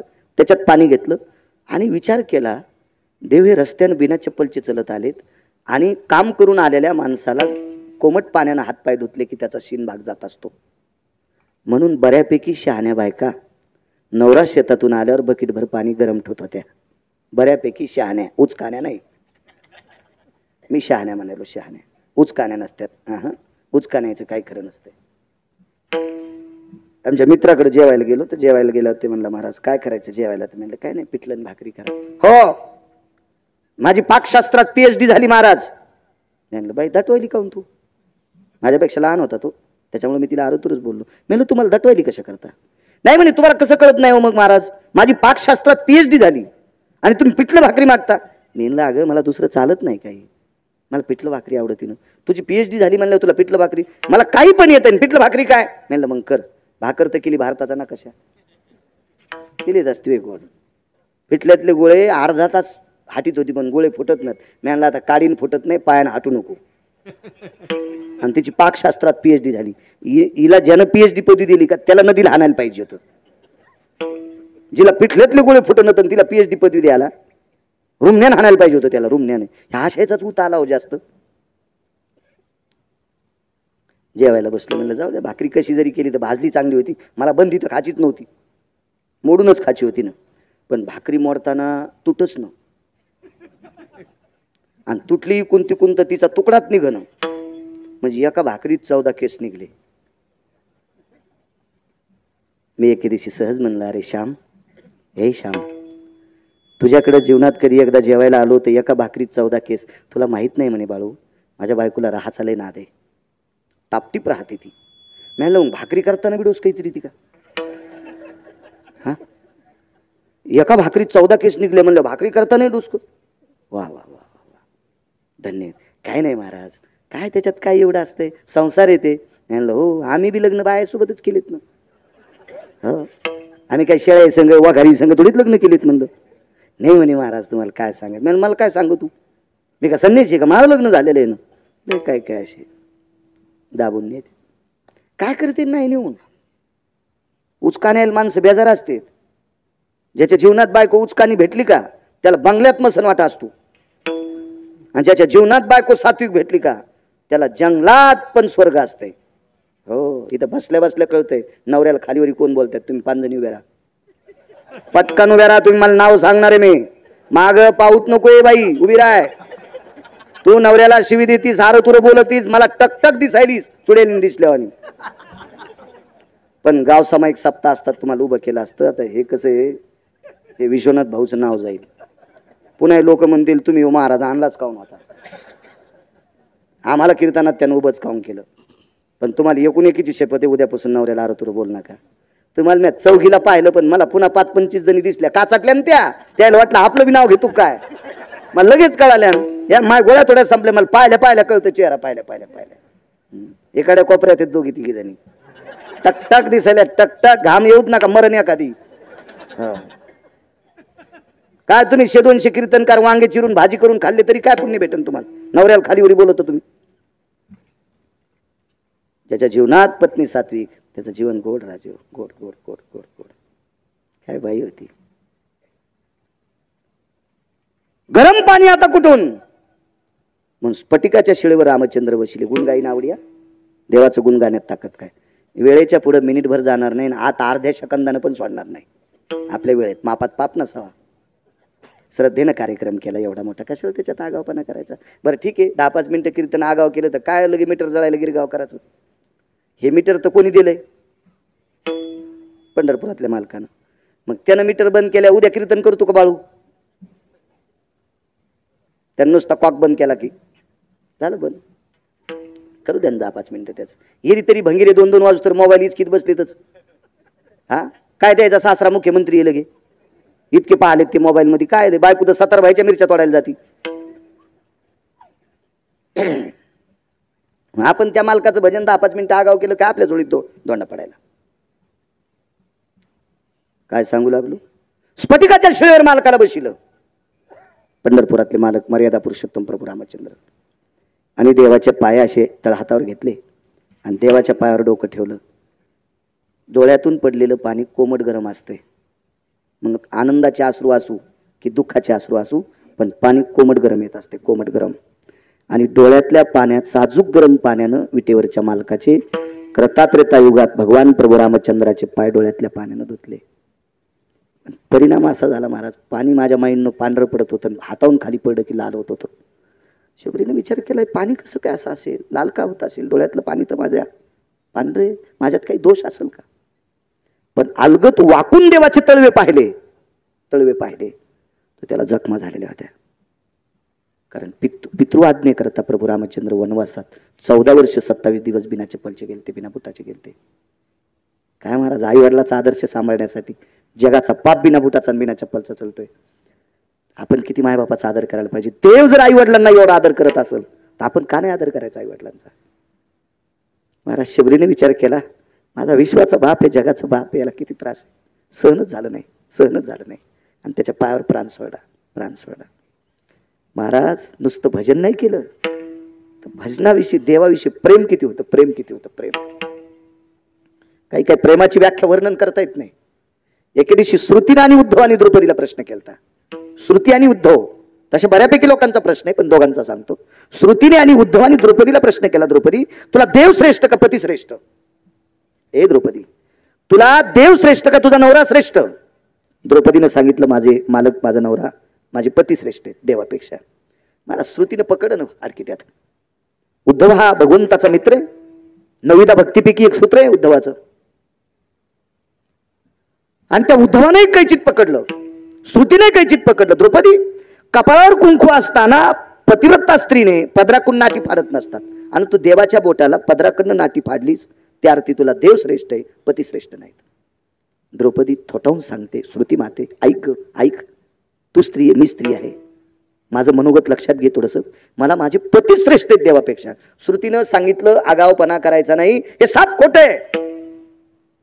श्रुतीने उद्धवाला सांगितलं, तुम्ही रोज सोबत आहात, विचारा हक्कानं, तुम्हाला ती दादा म्हणते. उद्धवानं सांगितलं, ताई चंद्र सूर्य येतोपर्यंत तुझं नाव जाईल, तुला देता असेल तर उत्तर दे, अन्यथा तू मन माझ्याच्यानं चुकलंय, श्रुतीला असं म्हण. द्रौपदीनं सांगितलं, चूक तिला इतकी केली नाही, त्या अर्थी मी श्रुतीला नमस्कार करणार नाही. उद्धवानं सांगितलं, मग ताई साप चूक केली ना. श्रद्धा सांगतो, श्रद्धा नुसतं भजन नाही केलं महाराज, श्रद्धा होती त्याच्या पाठीमागे, भाव होता, आवड होती. आवडीशिवाय प्रेमाशिवाय भजनाला किंमतच नाही. प्रेम जर नसेल, आवड नसेल, भाव नसेल, त्या भजनाला काय किंमत आहे. उद्धवाने विचारलं, ताई देवही तुला ताई म्हणतो, मी सुद्धा ताई म्हणतो, आमचं बी थोडंफार नाव जाणार आहे, याच्यापेक्षा खुलासा करून टाक, नाही तर सरळ श्रुतीला म्हण माझ्याच्याने एकदा चुकले. ऐक श्रुती, ऐक उद्धव दादा, ऐक श्रुते, ऐक, मला माझा पती श्रेष्ठ आहे. श्रुतीने सांगितलं, द्रौपदी रडून जिरू नकोस, मी भावनेशी खेळायशी आले नाही. पती जर श्रेष्ठ असेल तर कपाळावर कुंकू असताना पदराकडून नाटी का फाडली. तर द्रौपदीने सांगितलं, श्रुती पदराकडनं नाटी कपाळावर कुंकू असल्यावर फाडायला नव्हती पाहिजे ग श्रुती, पण लक्षात ठेव, या कपाळावर कुंकू किती दिवस ठेवायचंय हे ज्याच्या हातात आहे त्याच्या बोटाला चिंधी बांधण्यासाठी नाटी फाडली. त्यावेळेला श्रुती माती इचकीत होती, माती. महाराज इतकं प्रेम देवावर बी होतं आणि पतीवर बी होतं. आणि भजनही त्याच प्रतीत केलं ना. पांडव भजन करत होती, पाहती पांडव अखंड वनवासी, परी त्या देवाशी आळविती किंवा आठविती, भजन करत होते. शबरीनं नुसतं भजन केलं नाही तर भजनाच्या पाठीमाग ज्याचं भजन करत होती त्याच्याविषयी आवड किती होती. महाराज देवाला जिनं जन्म दिलाय का त्या माईपेक्षा शबरीची जास्त प्रेम होतं. तुम्हाला 3 माई सांगतो देवाच्या. 7व्या अवतारात कौशल्याचं रामाविषयी जर प्रेम पाहिलं तर राम वनवासाला गेले हे कौशल्याला माहिती. कौशल्या माता रडल्या, आयर बा प्राण नाही सोडला, फक्त रडल्या. ओंकार बा प्राण नाही सोडला. कौशल्या माता वनवासाला प्रभू रामचंद्र जात असताना शोक केला, रडल्या, इतक्या रडल्या की भिंत पाजरत होती पाषाणाची, पण प्राण नाही सोडला. पुढचा मुद्दा ऐका. 2ऱ्या अवतारात भगवान श्रीकृष्ण परमात्म्याला वसुदेव गोकुळात नेत असताना देवकी माता रडल्या, प्राण नाही सोडला. देवकी माता रडल्या, प्राण नाही सोडला. 3री माता ऐका, ही पालन करणारी आई आहे, तिचं नाव आहे यशोदा. 11 वर्ष 53 दिवस हिच्याकडे राहिला. चेंडूच्या निमित्तानं यमुनेच्या डोहात उडी मारली. कृष्ण डोई बुडाला ग. भगवान कृष्ण परमात्मा यमुनेच्या डोहात बुडाले असं कळाल्याबरोबर यशोदा रडत होता. मागे सरे माय पाऊला पाऊली. रडत कृष्णासाठी होती आणि माग सरकत होती, पुढे का सरकत नव्हती तिला माहित होतं याच्यात काली आहे. रडत होती पण प्रेम कोणावर करत होती, स्वतःवर. मग लक्षात घ्या, यशोदेपेक्षा, देवकीपेक्षा आणि कौशल्यपेक्षा ही भजन करणारी भिल्ल कुळातली शबरी श्रेष्ठ होती. हिनं भजन तर केलंच पण नुसती प्रभू रामचंद्राच्या पायाची जखम पाहिल्याबरोबर प्राण सोडला. तेचे येणे जाणे खुंटले. येणं जाणं खुंटलं म्हणजे देह सुटून गेला. दिव्य देह उचलला आणि गोलोकात नेऊन बसवला. गोलोकात 18 खुर्च्या होत्या, 19 खुर्च्या. 19 खुर्च्यापैकी 18 खुर्च्यावर योगी, जपी, तपी, सिद्ध, अनुरागी असे सिद्ध पुरुष होते. कोणाला बसता येत नाही त्या खुर्चीवर, फक्त 18 लोक. आणि एक खुर्ची रिकामी होती माझ्या माईंनो. तुमच्यातली शबरी जाऊन बसली तिथं. त्याच्यातले काही बोंबलू लागले, हे कोण आहे, कस काय इथं आली. त्याच्यातले काही तात्विक होते, त्यांनी सांगितलं काही ओरडू नका. इथे येण्यासाठी वाहन लागत नाही, इथे येण्यासाठी जिना नाही, इथे येण्यासाठी दरुजा नाही. इथे एक अधिकारी पुण्य, एक तात्विक पुण्य केल्याच्या नंतर इथे येता येते. आपण प्रेमाने तिला विचारलं, बाई यज्ञ नाही, तपश्चर्या काहीच नाही, व्रत 1 पैशाचं नाही, दान मीच रानातले फळं खात होते, साधना कवडीची नाही, मग कशाच्या पुण्यावर आली. फक्त रामनामाचं भजन, नुसतं राम नामाचं भजन. अहो काहीच्या नखाच्या चुंबळी वळल्या होत्या, 80 90 फूट डोक्याच्या जटा लांबल्या होत्या, पायाची नख खोऱ्याच्या दांड्या इतकी लांबलेली होती, हाताच्या नखाच्या चुंबळी झालेल्या होत्या. नाना प्रकारच्या साधना केलेली लोक, त्यांना त्यावेळेला त्या खुर्च्या भेटल्यात. आणि भिल्लाच्या कुळातली लावरचित्र सशे धरणाराची पोरगी रामनामाच्या भजनावर त्या खुर्चीवर बसते. तुकोबाराय देवाला हालून विचारतात, देवा अरे ते पद कोणाला भेटतंय का. आणि लावरचित्र सशे धरणाराच्या पोरीला ही खुर्ची दिली तुम्ही, ताकद काय. तिनं फक्त माझं आवडीनं भजन गायलंय, गुणगाईन आवडी, नुसतं आवडीनं भजन करण्याची ताकद आहे सज्जनांनो. तुकोबारायाच्या करता म्हणतात, देवा मी आवडीनं गुण गाईल, आवडीनं नकोय, दुसरं काही नकोय. एवढा दर्जा आहे गुण गाण्याचा, एवढी ताकद. महाराज एका वानराने फार सुंदरसं भजन केलं. भजन करणाऱ्याची ताकद किती मोठी बघा. विश्वात गाव सोन्याचं, मसनवाटा सोन्याचा फक्त भजन करणाऱ्यालाच भेटला, पुन्हा नाही कोणाला भेटला. महाराज समाधी जर सोन्याची जगात पहिल्यानं कोणाची, सोन्याची समाधी कोणाची जगात पहिल्यांदा झाली असेल, दभावती वारकऱ्याची समाधी झाली, सोन्याची वारकऱ्याची. त्या वारकऱ्याचं नाव होतं शेठजी गंधमादन नावाचा वारकरी. जीवनभर भजन केलं महाराज. इतकं भजन केलं, कुंभकर्णानं मारलं, प्रेतानं पण भजन केलं. प्रेत भजन करीत होतं, प्रेत चुरा केलता, असं चुरा केलता. हाताला रक्त लागलं आणि त्या रक्तातून राम राम राम राम राम राम राम असा ध्वनी निघत होता. दुपारच्या युद्धाच्या मधल्या इंटरव्ह्यू मध्ये विभीषण घरी पळत गेला. विभीषण चुकून बोललो, कुंभकर्ण घरी पळत गेला आणि रावणाच्या कानाला हात लावला. पागल टगुऱ्याच होतं ते, फार अहंकारी होता रावण. रावण फक्त अहंकारानंच बोंबलत गेला, त्यानं घड्याळाचा विचारच केला नाही. त्याला वाटलं टाइम आपला वाट पाहतो का नाही, कशी वाट पाहिजे समजाय. याच्याकरता रावण मातीत गेला. तलवारच उपशिली.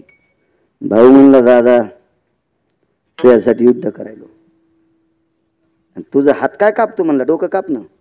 अरे याच्याकरता हात कापतो, राम मला आवडत नाही, त्याचं नाव माझ्या कानात आलं. म्हणला रामाचं नाव ऐकल्यावर दादा तुला राग येतो, याच्याकरता ऐकवत नाही. रामाच्या पक्षातली माणसं मेल्यावर सुद्धा रामाचं भजन करतेत.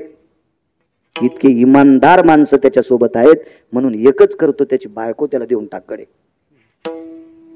पण कुठं ऐकत होता रोगील. नाही म्हणला, नाही देणार. बघ म्हणला, रक्ताच्या कणाकणामध्ये राम आहे वानरांच्या.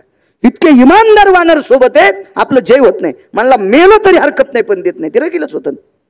त्याचा मनका गेला पण तनका नाही गेला. सापडे संध्याकाळी मारुती रायनं तो गोळा उचलला. प्रभू रामचंद्राला दाखवला, मालक गंधमादन वानर आहे. बोंद्रा असते ना गुळाचं,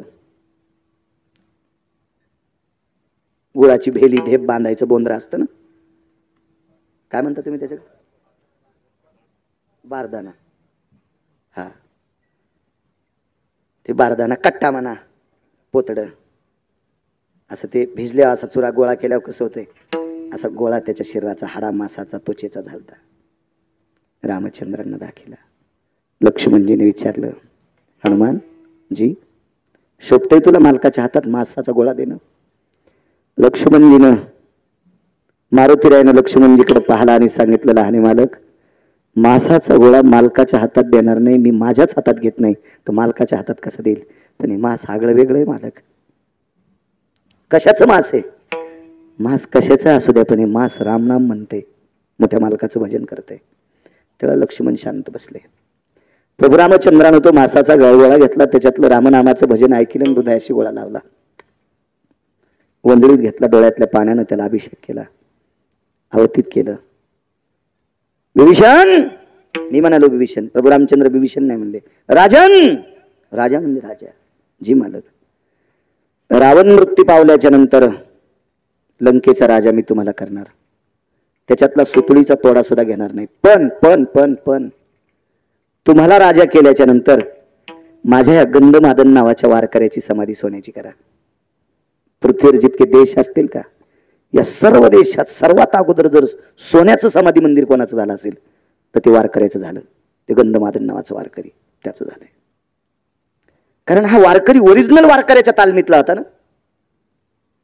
ओरिजिनल वारकरी कोण? मारुतीराय. येऊनी जन्मला मरकट तो वैष्णवा माझी अति श्रेष्ठ, हनुमंत मनावया कनिष्ठ, ऐसा पापिष्ट कोण आहे? वैष्णवा माझी अति श्रेष्ठ. आणि त्या मारुतीरायच्या तालमीतलं गंधमादन. जे म्हणले रावण मारला, सोन्याची लंका, ती समाधी सोन्याची केली. वेगळाच सांगतो, कालांतरानं लंकेत दुष्काळ पडला पाण्याचा. एक जण म्हणला, गिरगावकराच्या गोळ्या संपल्या असतील का? लंकेला चारी बाजूने समुद्राचा येडा आहे, म्हणजे पाणी कमी आहे का तिथं? नाही. मग पाण्याचा दुष्काळ कसा? मी म्हणलं, सुंबळ्या, गोळ्या माझ्या संपल्या नाही. लंकेच्या चारी बाजूनं पाणी होतं, पण प्याच्या कामाचं नव्हतं ना. समुद्राचं पाणी पिता येत असतं का? नाही. आणि पिण्यासाठी पाणी पर्जन्याचं लागतं, पावसाचं लागतं. आणि खंड आवर्षण पडलं. प्रभू रामचंद्राला पत्र गेलं. ते पत्र वाचिल्याबरोबर पत्र जो घेऊन गेला त्याला सांगितलं, का रे तुमच्याकडे उत्सव झाला नाही? पत्राच्या पाठीमागं लिहिलं, वारकऱ्याचा उत्सव राहिला. महाराज नशिबवान किती वारकरी बघा. कोणाही वारकऱ्याचा सोहळा होईल, पण किती दिवस होईल? त्याचं पोरग जिवंत आहे तोपर्यंत, त्याचा नातू जिवंत आहे तोपर्यंत, त्याचा पंतू जिवंत आहे तोपर्यंत, त्याचा खापर पंतू येतोपर्यंत. त्याच्या पंतूनं रान दुसऱ्याला ऐकलं, म्हाताऱ्याची समाधी जेसीबीनं खाल्ली. होतं का ते भाऊ? नाही होत, नाही होत. पण या वारकऱ्याचा उत्सव सांगू किती दिवस आहे? पुढे प्रशांत भाऊ.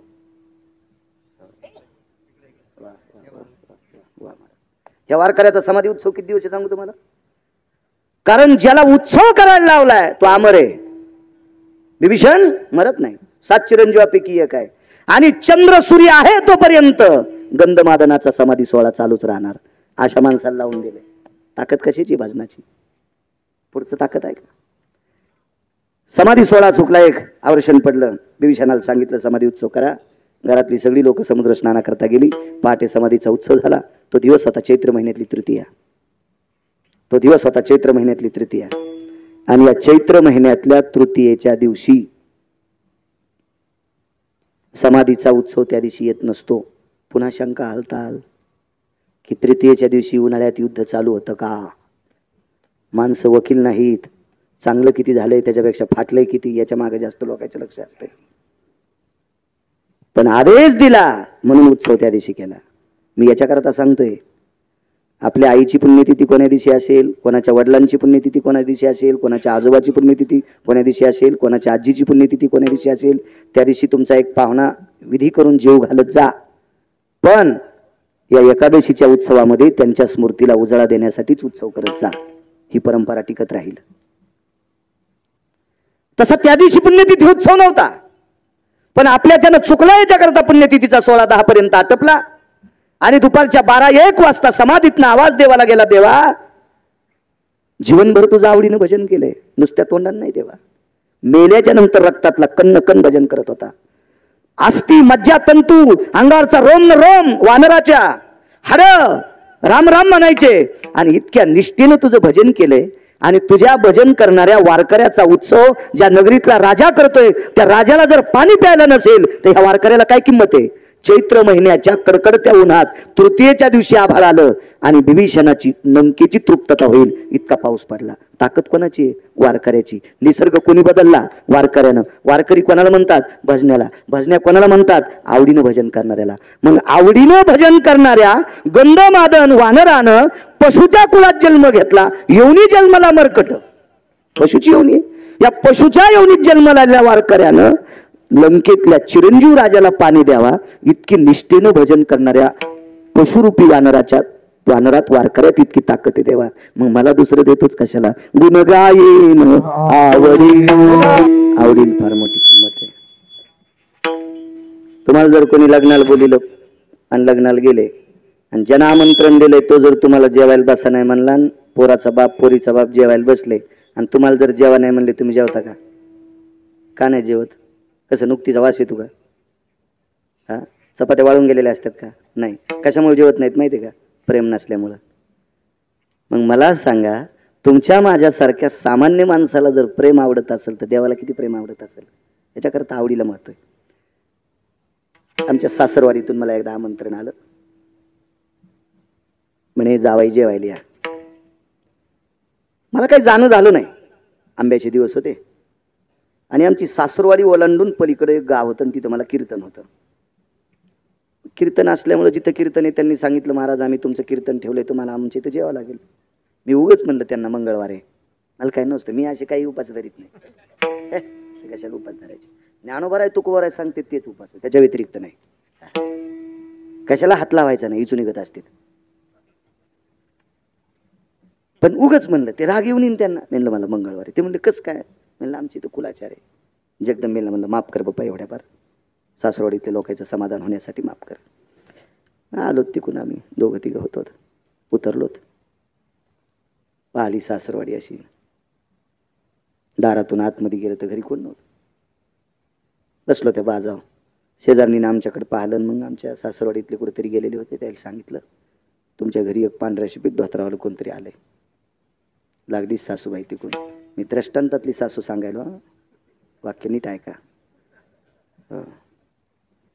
मी काय भंगिऱ्या जावा आहे काय? सासरवाडीत मसडी आल्या बोंबलत झाला. दही खायला आणि दुधासाठी आपला तिथे बॉके आहेस का काय म्हणलं.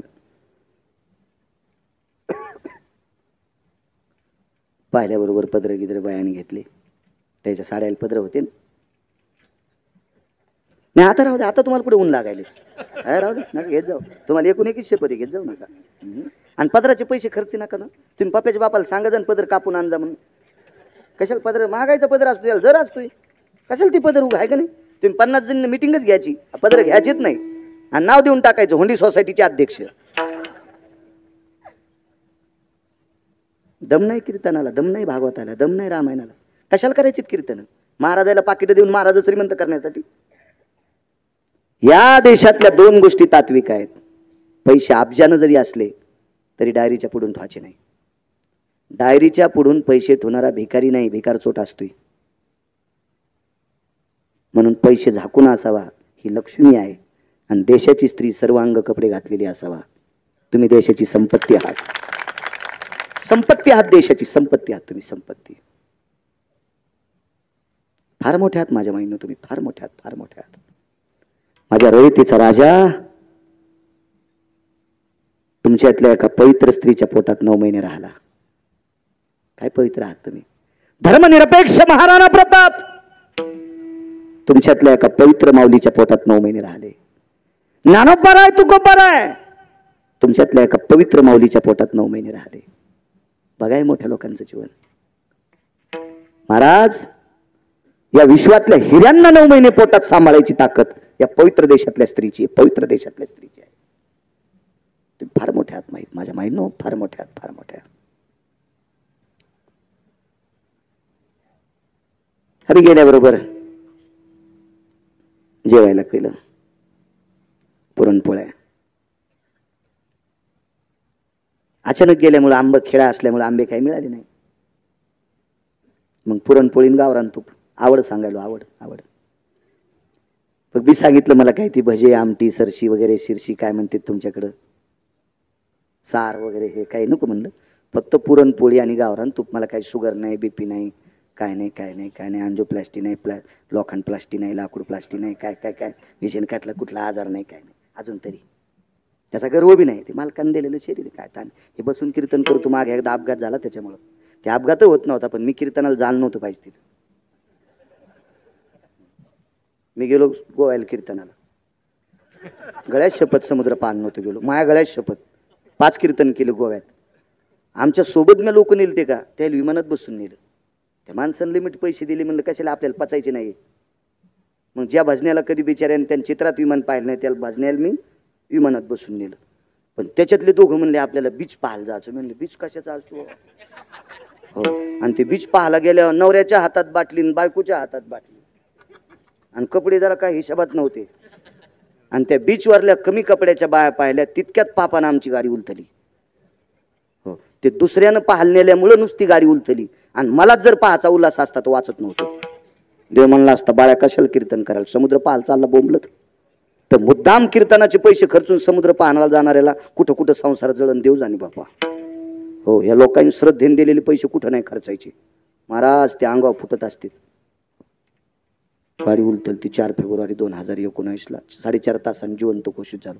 हे बॉईल जिनला क्रॅक आहे म्हणून बसावं लागते, नाही माहीत काय लायकी, माझं वय थोडंच बसायचं. मी चालतोय, मला चालताना काही त्रास होत नाही, मी वारीत चालतोय. कृपा आहे तुमची सगळ्यांची. चला मग गावरान तूप, गरम गरम ताटात पोळी, सोबत असे 2-4 जण, तेल चमच्यान तूप वाढ, चमच्यान वाढ, आणि मला रिचीला डबा. मग ते रागाला आणि सोबतच्याला असं कसं म्हणावं बरं, तोंडावं म्हणावं तर सासरवाडी. मग मला रागाला यायच्या इथलं तूप डब्यात ठोचत नाही, संचाल नाही खाऊ दिलं तरी आपण सगळं खाच. तूप वाढा, तूप वाढा म्हणल्यावर जेवढं गरम झालं तर तेवढं पडलं, बाकीचं कुठं पगळत नाही. मग चुलीच्या जवळ डबा ठेवला तूप गरम करण्यासाठी, आणि ते साईडचा डबा गरम झाल्यावर भोवतालचं गरम झालं, मधला गोळा तसाच होता. ते टाकता टाकता अर्धा किलोचा गोळा सगळा ताटात पडला. आवड सांगायलो, आवड आवड, गुणगाईन आवडी, आवडील किती किंमत आहे. ताटात अर्धा किलोचा गोळा पडल्यावर सासूच होती. तिला वाटलं बाई हे महाराज हे चट खात आहे. तूप कोणाला नसते खाता येत. तूप खाण्यासाठी शरीर बी त्या लायकीचं लागते. असंच एक जण मला म्हणलं लय तूप खाता हो. मग काय झालं, खातो ना. काय बाहेरचंच आणतात, बाहेरचंच खातात. म्हणलं काय हरकत नाही, तू आमच्याकडे, तुला जीव घालतो. त्याला 3 वाट्या तूप खाऊ घातलं आणि शेतात गेलो. डबा घेतला आणि ऊसात गेला. येतो म्हणला, 19 वर्ष झाला अजून नाही आमच्या इथं आला. ते का पचत असते का त्याला ताकद लागत असते. अर्धा किलो तूप पडलं. ते सासूला माहित होतं. पुन्हा एकदा सांगतोय हा, दृष्टांतातली सासू सांगायला. खरी सासू इतक्या पुढे बसायला काय, कसं शक्य आहे ते. आणि शहाण्या सासून जावायच्या पुढे जाऊच नाही. फोनवर बोलत असेल तर वा वा.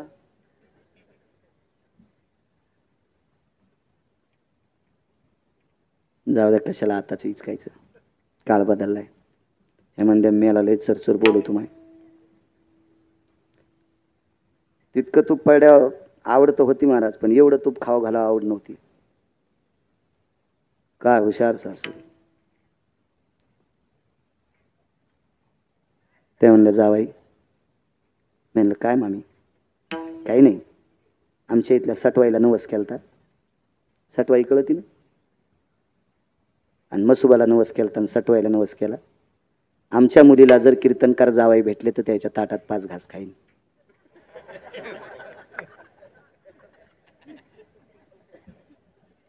अरे म्हणलं आवड होती, आणि अर्धा किलो तूप पडलं, सगळं जावायला खाऊ द्यायचं ना. खावा वाटतंय. मसुबाला नवस केला, कीर्तनकार मालक भेटले तर ताटात खाईन. त्याला माहीतच नव्हतं हे किती रगील होते म्हणून. लगेच म्हणलं आमच्याकडे वाटण्या झाल्यात. बाई कशा झाल्या. म्हणलं काही नाही, बांधलेली जागा लहान्याला गेली, रिकामी जागा मला आली. बहीण अशा उभ्या करायच्या ना वाटण्या. अर्धी रिकामी जागा लहान्याला, अर्धी तुम्हाला, अर्धी बांधलेली तुम्हाला, अर्धी लहान्याला, अशा करायच्या ना. म्हणलं नाही. बहीण अशा आडव्याच केल्या का. ताटातून बोट ओढ, पगाळल्याला 1.5 छटाक तूप माझ्याकडं, 8.5 छटाक त्याच्याकडून, 8.5 छटाक तिकून. मी म्हणलं अरे काम हुकलं गडे. तुपाचा गोळा पलिकून गेला आणि 1.5 छटाक आपल्या पुन्हा आलं. मी लगेच म्हणलं तुमच्याकडे इलेक्शन चालू असेल? हो.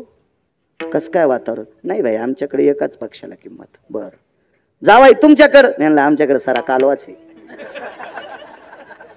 हो आमच्याकडे सगळा कालवाच आहे. त्याचाच कालवा झालाय. कोण कोणाकडे जाऊन येतं आपल्याला काऊन नाही कालवाचा? कोणीही कोणाकडे उड्या हाणाले तर आपला बी कालवाच. आमच्याकडे सारा कालवाच आहे. बंदी परत घेतली आणि तोंडाला लावली. दृष्टांत संपला. याला भाव म्हणत असतात का? प्रेम लागते. प्रेम प्रेम प्रेम. महाराज विश्वाच्या मालकाला प्रेम आवडते. गुणगायीन आवडी आणि आवडीनं भजन करणाऱ्यात एवढी मोठी ताकद आहे. मी कितीतरी वेळेस युट्यूबवर बोलत गेलो, कीर्तनात बोलत गेलो. तुम्ही युट्यूबवर ऐकलं असेल. ज्यांना ऐकलं नसेल त्यांना एक 5 मिनिटात पुरावा सांगतो आणि मी ठोकर घेतो. टोल नाक्यावर टाळ्या वाजविणारा तृतीयपंथी, 22.5 वर्ष त्याचं वय. टोल नाक्यावर पोटाची खळगी भरण्यासाठी एक 22.5 वर्षाचा तृतीयपंथी तो एका निष्ठावंत वारकऱ्याच्या सानिध्यात गेला आणि निष्ठावंत वारकऱ्याने त्याला संदेश दिला, तुला टाळ्याच वाजवायच्यात ना तर भजनात वाजव. आणि 22.5 वर्षाचा तृतीयपंथी एका जुनाट वारकऱ्याचा ऐकून पांडुरंगाच्या मंदिरामध्ये, मारुतीरायाच्या मंदिरामध्ये टाळी वाजन भजन केलं. मरुस्तर भजन केलं, मरुस्तर आवडीनं. परिणाम सांगू, त्याला त्या लागी विमान पाठविले. विमान आलं, त्या विमानात बसवलं, वैकुंठात नेलं. भजन करायला लावणारा वारकरी आधीच वारला, त्याला वैकुंठात खुर्ची भेटली. याही तृतीयपंथ्याला खुर्ची भेटली. आनंदानं कडकडाटून मिठ्या मारल्या आणि तो तृतीयपंथी रडू लागला. त्या पहिल्या वारकऱ्याने विचारलं, का रडतो?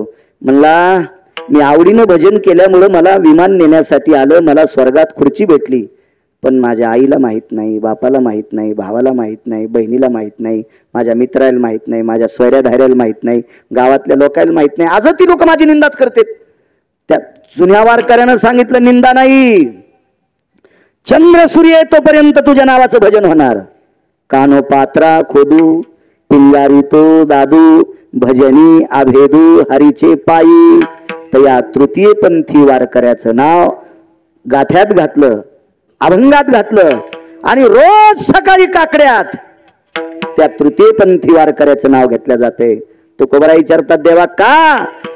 तृतीयपंथी जरी असेल, लोक जरी त्याला मानित नसतील, पण त्यानं माझं आवडीनं भजन केलंय, याच्या करता चंद्र सूर्य येतोपर्यंत या पवित्र वारकरी संप्रदायामध्ये अभंगात त्याच्या नावाची वर्णी लागणार. गुणगायीन आवडी, आवडीनं भजन करण्यात ताकद.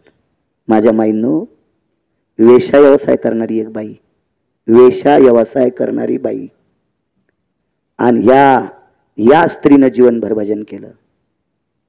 तिचं नाव आहे महानंदा. कानोपात्रा वेशेचा व्यवसाय करत नव्हती, तिची आई वेश्या होती. महानंदा. महानंदा नियम काय होता?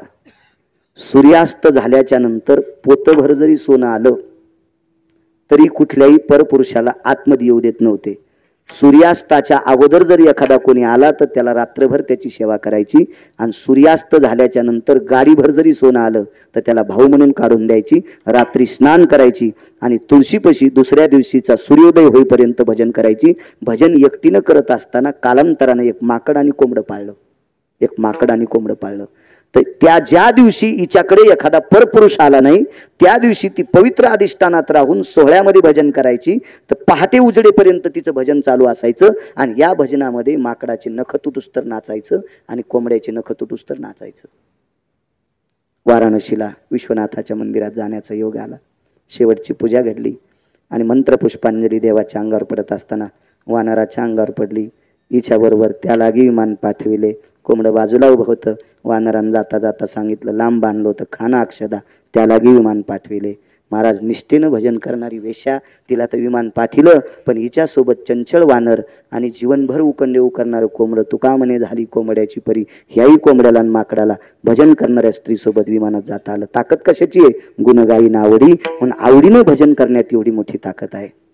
आजचा हा परम पावन पवित्र हरिदिनी, या पवित्र हरिदिनीच्या तुम्हाला कोटी कोटी शुभेच्छा. माझ्या विश्वाच्या मालकाची कृपा हो, जगन्निवासाची कृपा हो, निवृत्तीदादांची कृपा हो, त्र्यंबक राजाची कृपा हो, भगवान गणेशाची कृपा हो, जवळ अधिष्ठान जगदंबेचं आहे त्या जगदंबा माऊलीची कृपा हो, या परिसरातला यती योगी जपी तपी सिद्ध अनुरागी सर्वांची कृपा हो. हा प्रांत भगवान प्रभू रामचंद्राच्या पदस्पर्शाने पुनीत असणारा प्रांत आहे. माझ्या विश्वमालकाची कृपा हो. आजचा पवित्र दिवस वडाळी भोई या नगरीतील आदरणीय श्री कुशाबा कारभारी आहेर, श्री वसंत भाऊ असतील, भाऊसाहेब भाऊ असतील आणि विश्वनाथ भाऊ हे तीन सुपुत्र आणि यांचे वडील कुशाबा आपल्या मातोश्रीचं मोठ्या श्रद्धेनं 7वं पुण्यस्मरण आजचं एकादशीचं औचित्य हरिदिनीचं औचित्य साधून मोठ्या आनंदाने रात्रीच्या वेळेला सगळी लोक येत असतात. एक भाव असतो. दुपारी जर श्राद्ध केलं तर पत्रिका नसल्याच्या नंतर माणसाला यावं वाटत नसतं. त्यांना माहीत असते आपल्याला पत्रिका नाही, आता यांच्याकडे जेवावं लागेल आपल्याला, अशी भानगड असती. रात्री केल्याच्या नंतर काही संबंध नाही ना, फक्त आवडीचं असेल वक्ता त्यांना आवडला लोक येत असतात मोठ्या श्रद्धेनं. पंचक्रोशीतून तुम्ही एवढी मोठी माणसं आलात तेव्हा श्रोत्यांच्या चरणी सुद्धा साष्टांग प्रणिपात करतो. कारण विश्वनाथ भाऊ दुकानदाराचा देव असतो गिऱ्हाईक, दुकानदाराचा देव असतो गिऱ्हाईक आणि वक्त्याचा देव असतो श्रोता. सज्जनांनो, तुमच्याशिवाय आम्ही सोबत नसतो. म्हणून प्रभू तुम्ही महिषाची मूर्ती. एवढा जरी किती अभ्यास असेल आणि लोक जर पुढे बसत नसतील तर कोणाला सांगतो तू बाप्याच्या माईला? आणि ती तरी काम सोडून तुझं कसं ऐकल? नाही. म्हणून तुम्ही आमचे देव आहात. श्रोता वक्ता हा श्रोत्यामुळे शोभून दिसत असतो. तुम्हा सज्जन श्रोत्यांच्या चरणी साष्टांग प्रणिपात करतो. एवढी जागा असताना सुद्धा तुमची जागा तरी पण अपुरी पडलीच. लोकांना वट्ट्या कट्ट्यावर, लोकांना काही वरी आपापल्या घरावर बसावं लागले. हो, घरावर बसावं लागले. एवढ्या मोठ्या श्रद्धेनं पंचक्रोशीतून श्रोते जनार्दन आले. माझ्या मायमाऊल्या आल्या. पुनश्च एकदा जाता जाता सांगतो, ज्याचे आईवडील जिवंत असतात त्यानं आपल्या आईवडिलाचं दर्शन घ्यायचं. माझ्या माईनं तुम्हाला सांगतो, घरातल्या सासू सासऱ्याचा आदर करी जा, देव तुमचं चांगलं करेन. माझ्या सोयराबाईसाठी देव साडी नेसला ग माझ्या माईनं. तू का म्हणे पितृ आशीर्वाद देती, कल्याण विच्छिती त्याकुळा. आपल्या मालकावर प्रेम ठेवा जा. एका बाईच्या मालकानं महाराज 59 वर्ष संसार केला आणि 59व्या वर्षी बाथरूममध्ये आंघोळ केली आणि टावेल गुंडाळी. शर्ट घातलं नाही, टावेल गुंडाळी, टावेल. आणि टावेल गुंडाळून दारात बायकोला सांगितलं, माय भिक्षा वा. 59व्या वर्षी बायकोला भिक्षा मागितली. माय म्हणून निघून गेले. बाई रडू लागली. बाईनं सांगितलं, देवा नवऱ्यानं जरी मला माय म्हणलं असेल पण मी नवऱ्याला मालकच म्हणेल, मालकच म्हणेल. काय नियम केला माहितीये? काय नियम केला? मालक गेले त्याच्या 3ऱ्या दिवसापासून रोज पहाटेचं जेवण, सकाळचं जेवण असतं का 10 10:30चं, या जेवणाच्या वेळेला 2 ताटं लावायची. एका ताटामध्ये जे काही कण्या आंबाड्या घुगऱ्या असतील रोजचा केलेला स्वयंपाक, ते ताट त्याच्यावर तुळशीचं पान ठेवायचं आणि ते पान देवघरात ठेवायचं आणि झाकून ठेवायचं आणि एकच विनंती करायची, पती परमेश्वरा जेवण करा. आणि मग तिनं जेवण करायचं. दुसऱ्या दिवशी ताट उघडल्याच्या नंतर ताटात काही सापडत नव्हतं. इतकी तुमच्यातली निष्ठा आहे, इतकी निष्ठा, इतकी निष्ठा, एवढी शक्ती तुमच्यात. महाराज एका बाईनं मालकाची झोप मोडू नये याच्याकरता वाटीत पाणी घेतलं, दक्षिणेकडे तोंड केलं आणि सूर्याला वाटी दाखिलीन पाणी ठेवलं. त्याला सांगितलं, मालकाची झोप मोडली तर पाप लागते आणि तू जर गेला तर संध्या राहते, म्हणून संध्या मोडी नाही पाहिजे आणि झोप नाही मोडी पाहिजे. महाराज एवढी पतिव्रतेची ताकद मोठी, इतकी मोठी पतिव्रतेची ताकद. तिचे मालक उठल्यावर, स्नान झाल्यावर, संध्या झाल्यावर सूर्य 3.5 तासानं मावळला. तिची देवावरी सत्ता, तिचं नाव आहे लोपामुद्रा. काय शक्ती आहे माझ्या माईनं. माझ्या माईनं तुमच्यातली एक स्त्री रोज सकाळी गंगेला आंघोळीला जायची आणि आंघोळ करून ओटीपदरात पाणी बांधून आणायची आणि ते पाण्यानं मालकाचे पाय धुवायची. तिचं नाव होतं रेणुका. किती स्त्रिया सांगू माझ्या माईनं तुम्हाला, किती स्त्रिया सांगू. माझ्या श्रीमंत श्री जगद्गुरु तुकोबारायची धर्मपत्नी. तुकोबाराय 3 डोंगरावर, कोणी एक डोंगरावर भजनाला जायचे पण सांगून जात नव्हते. विटेवरच्या मालकाला विनंती केली, देवा तुझं भजन करणारे मालक येत रे, मी कधी कधी दिवसभर चक्रा मारते आणि दिवस माळेपर्यंत मालक सापडत नाहीत रे देवा. माझ्या मालकांना किती भूक लागत असेल, मला कळावा रे देवा, कळावा. त्या दिवसपासून आणत काय काय क्रिया महाराज, साक्षात्कार झाला. आणि जिजाबाईच्या लक्षात आलं, आपले मालक ज्या डोंगरावर जाते त्या डोंगरावर जाणारी पावलं आपण कानाला लावा. पावलं उमटल्याच्या नंतर त्या पावलाला कान लावला. ज्या पावलातून रामकृष्ण हरीचा ध्वनी येतो, ज्या पावलातून विठ्ठल ध्वनी येतो, ते पाऊल तुकोबारायचा. कोणाला कळत होतं? जिजाबाईला. महाराज फक्त मालकाच्या सेवेतली ताकद आहे. एकदा तुकोबाराय वारीहून आले आणि दूध पाजायला पाठीलं देवाला. रागाच्या भरात गरम दूधने लागणी सांगितलं, अग्नी मालकाची सेवा निष्ठेने केली असेल तर तुला पतिव्रतेची शपथ आहे, दूध गार होता कामा नये. गरमच टेकलं, होट सुजले होते त्याचे, त्याने पिऊन टाकलं. तुकोबाराने विचारलं, देवा आमच्या वेडीने तुला दूध पाठीलं तू हे गरम का पेलं, तुला गार का करता आलं नाही? पतिव्रतापणाची शपथ घातली होती. तुकोबारायन मान खाली घातली, देवा तिच्या पातिव्रतेला तू भेलास? देवाने सांगितलं, तुकोबाराय मी नाही, विश्वातला प्रत्येक देव पतिव्रतेला भेट असतो. तिची देवावरी सत्ता. मालकाची सेवा करणं अत्यंत गरजेचं आहे. आईवडिलाची सेवा सर्वोत्तम सेवा आहे. मायबापाच्या सेवे इतकं पुण्य जगात दुसरं कुठलंच नाही. जाता जाता सर्वांना प्रणाम करतो आणि गोड अशा प्रकारच्या स्वर्गीय सौभाग्यवती राधाबाई कुशाबा आहेर ह्या सौभाग्यवती वैकुंठवासी राधाबाईंना गोड असं मातृगेत अधिष्ठान मिळो आणि या तिन्ही पुत्रांना, दोन्ही कन्यांना, या परिवाराला, अहेर परिवाराला गोड अशा प्रकारचा मातृगयेतून आशीर्वाद मिळो अशी भगवंताच्या चरणी प्रार्थना, पितृदेवांच्या चरणी प्रार्थना. आणि फक्त मोजून 5 ते 6 मिनिटं उठायचं नाही. तुम्हाला कळकळीची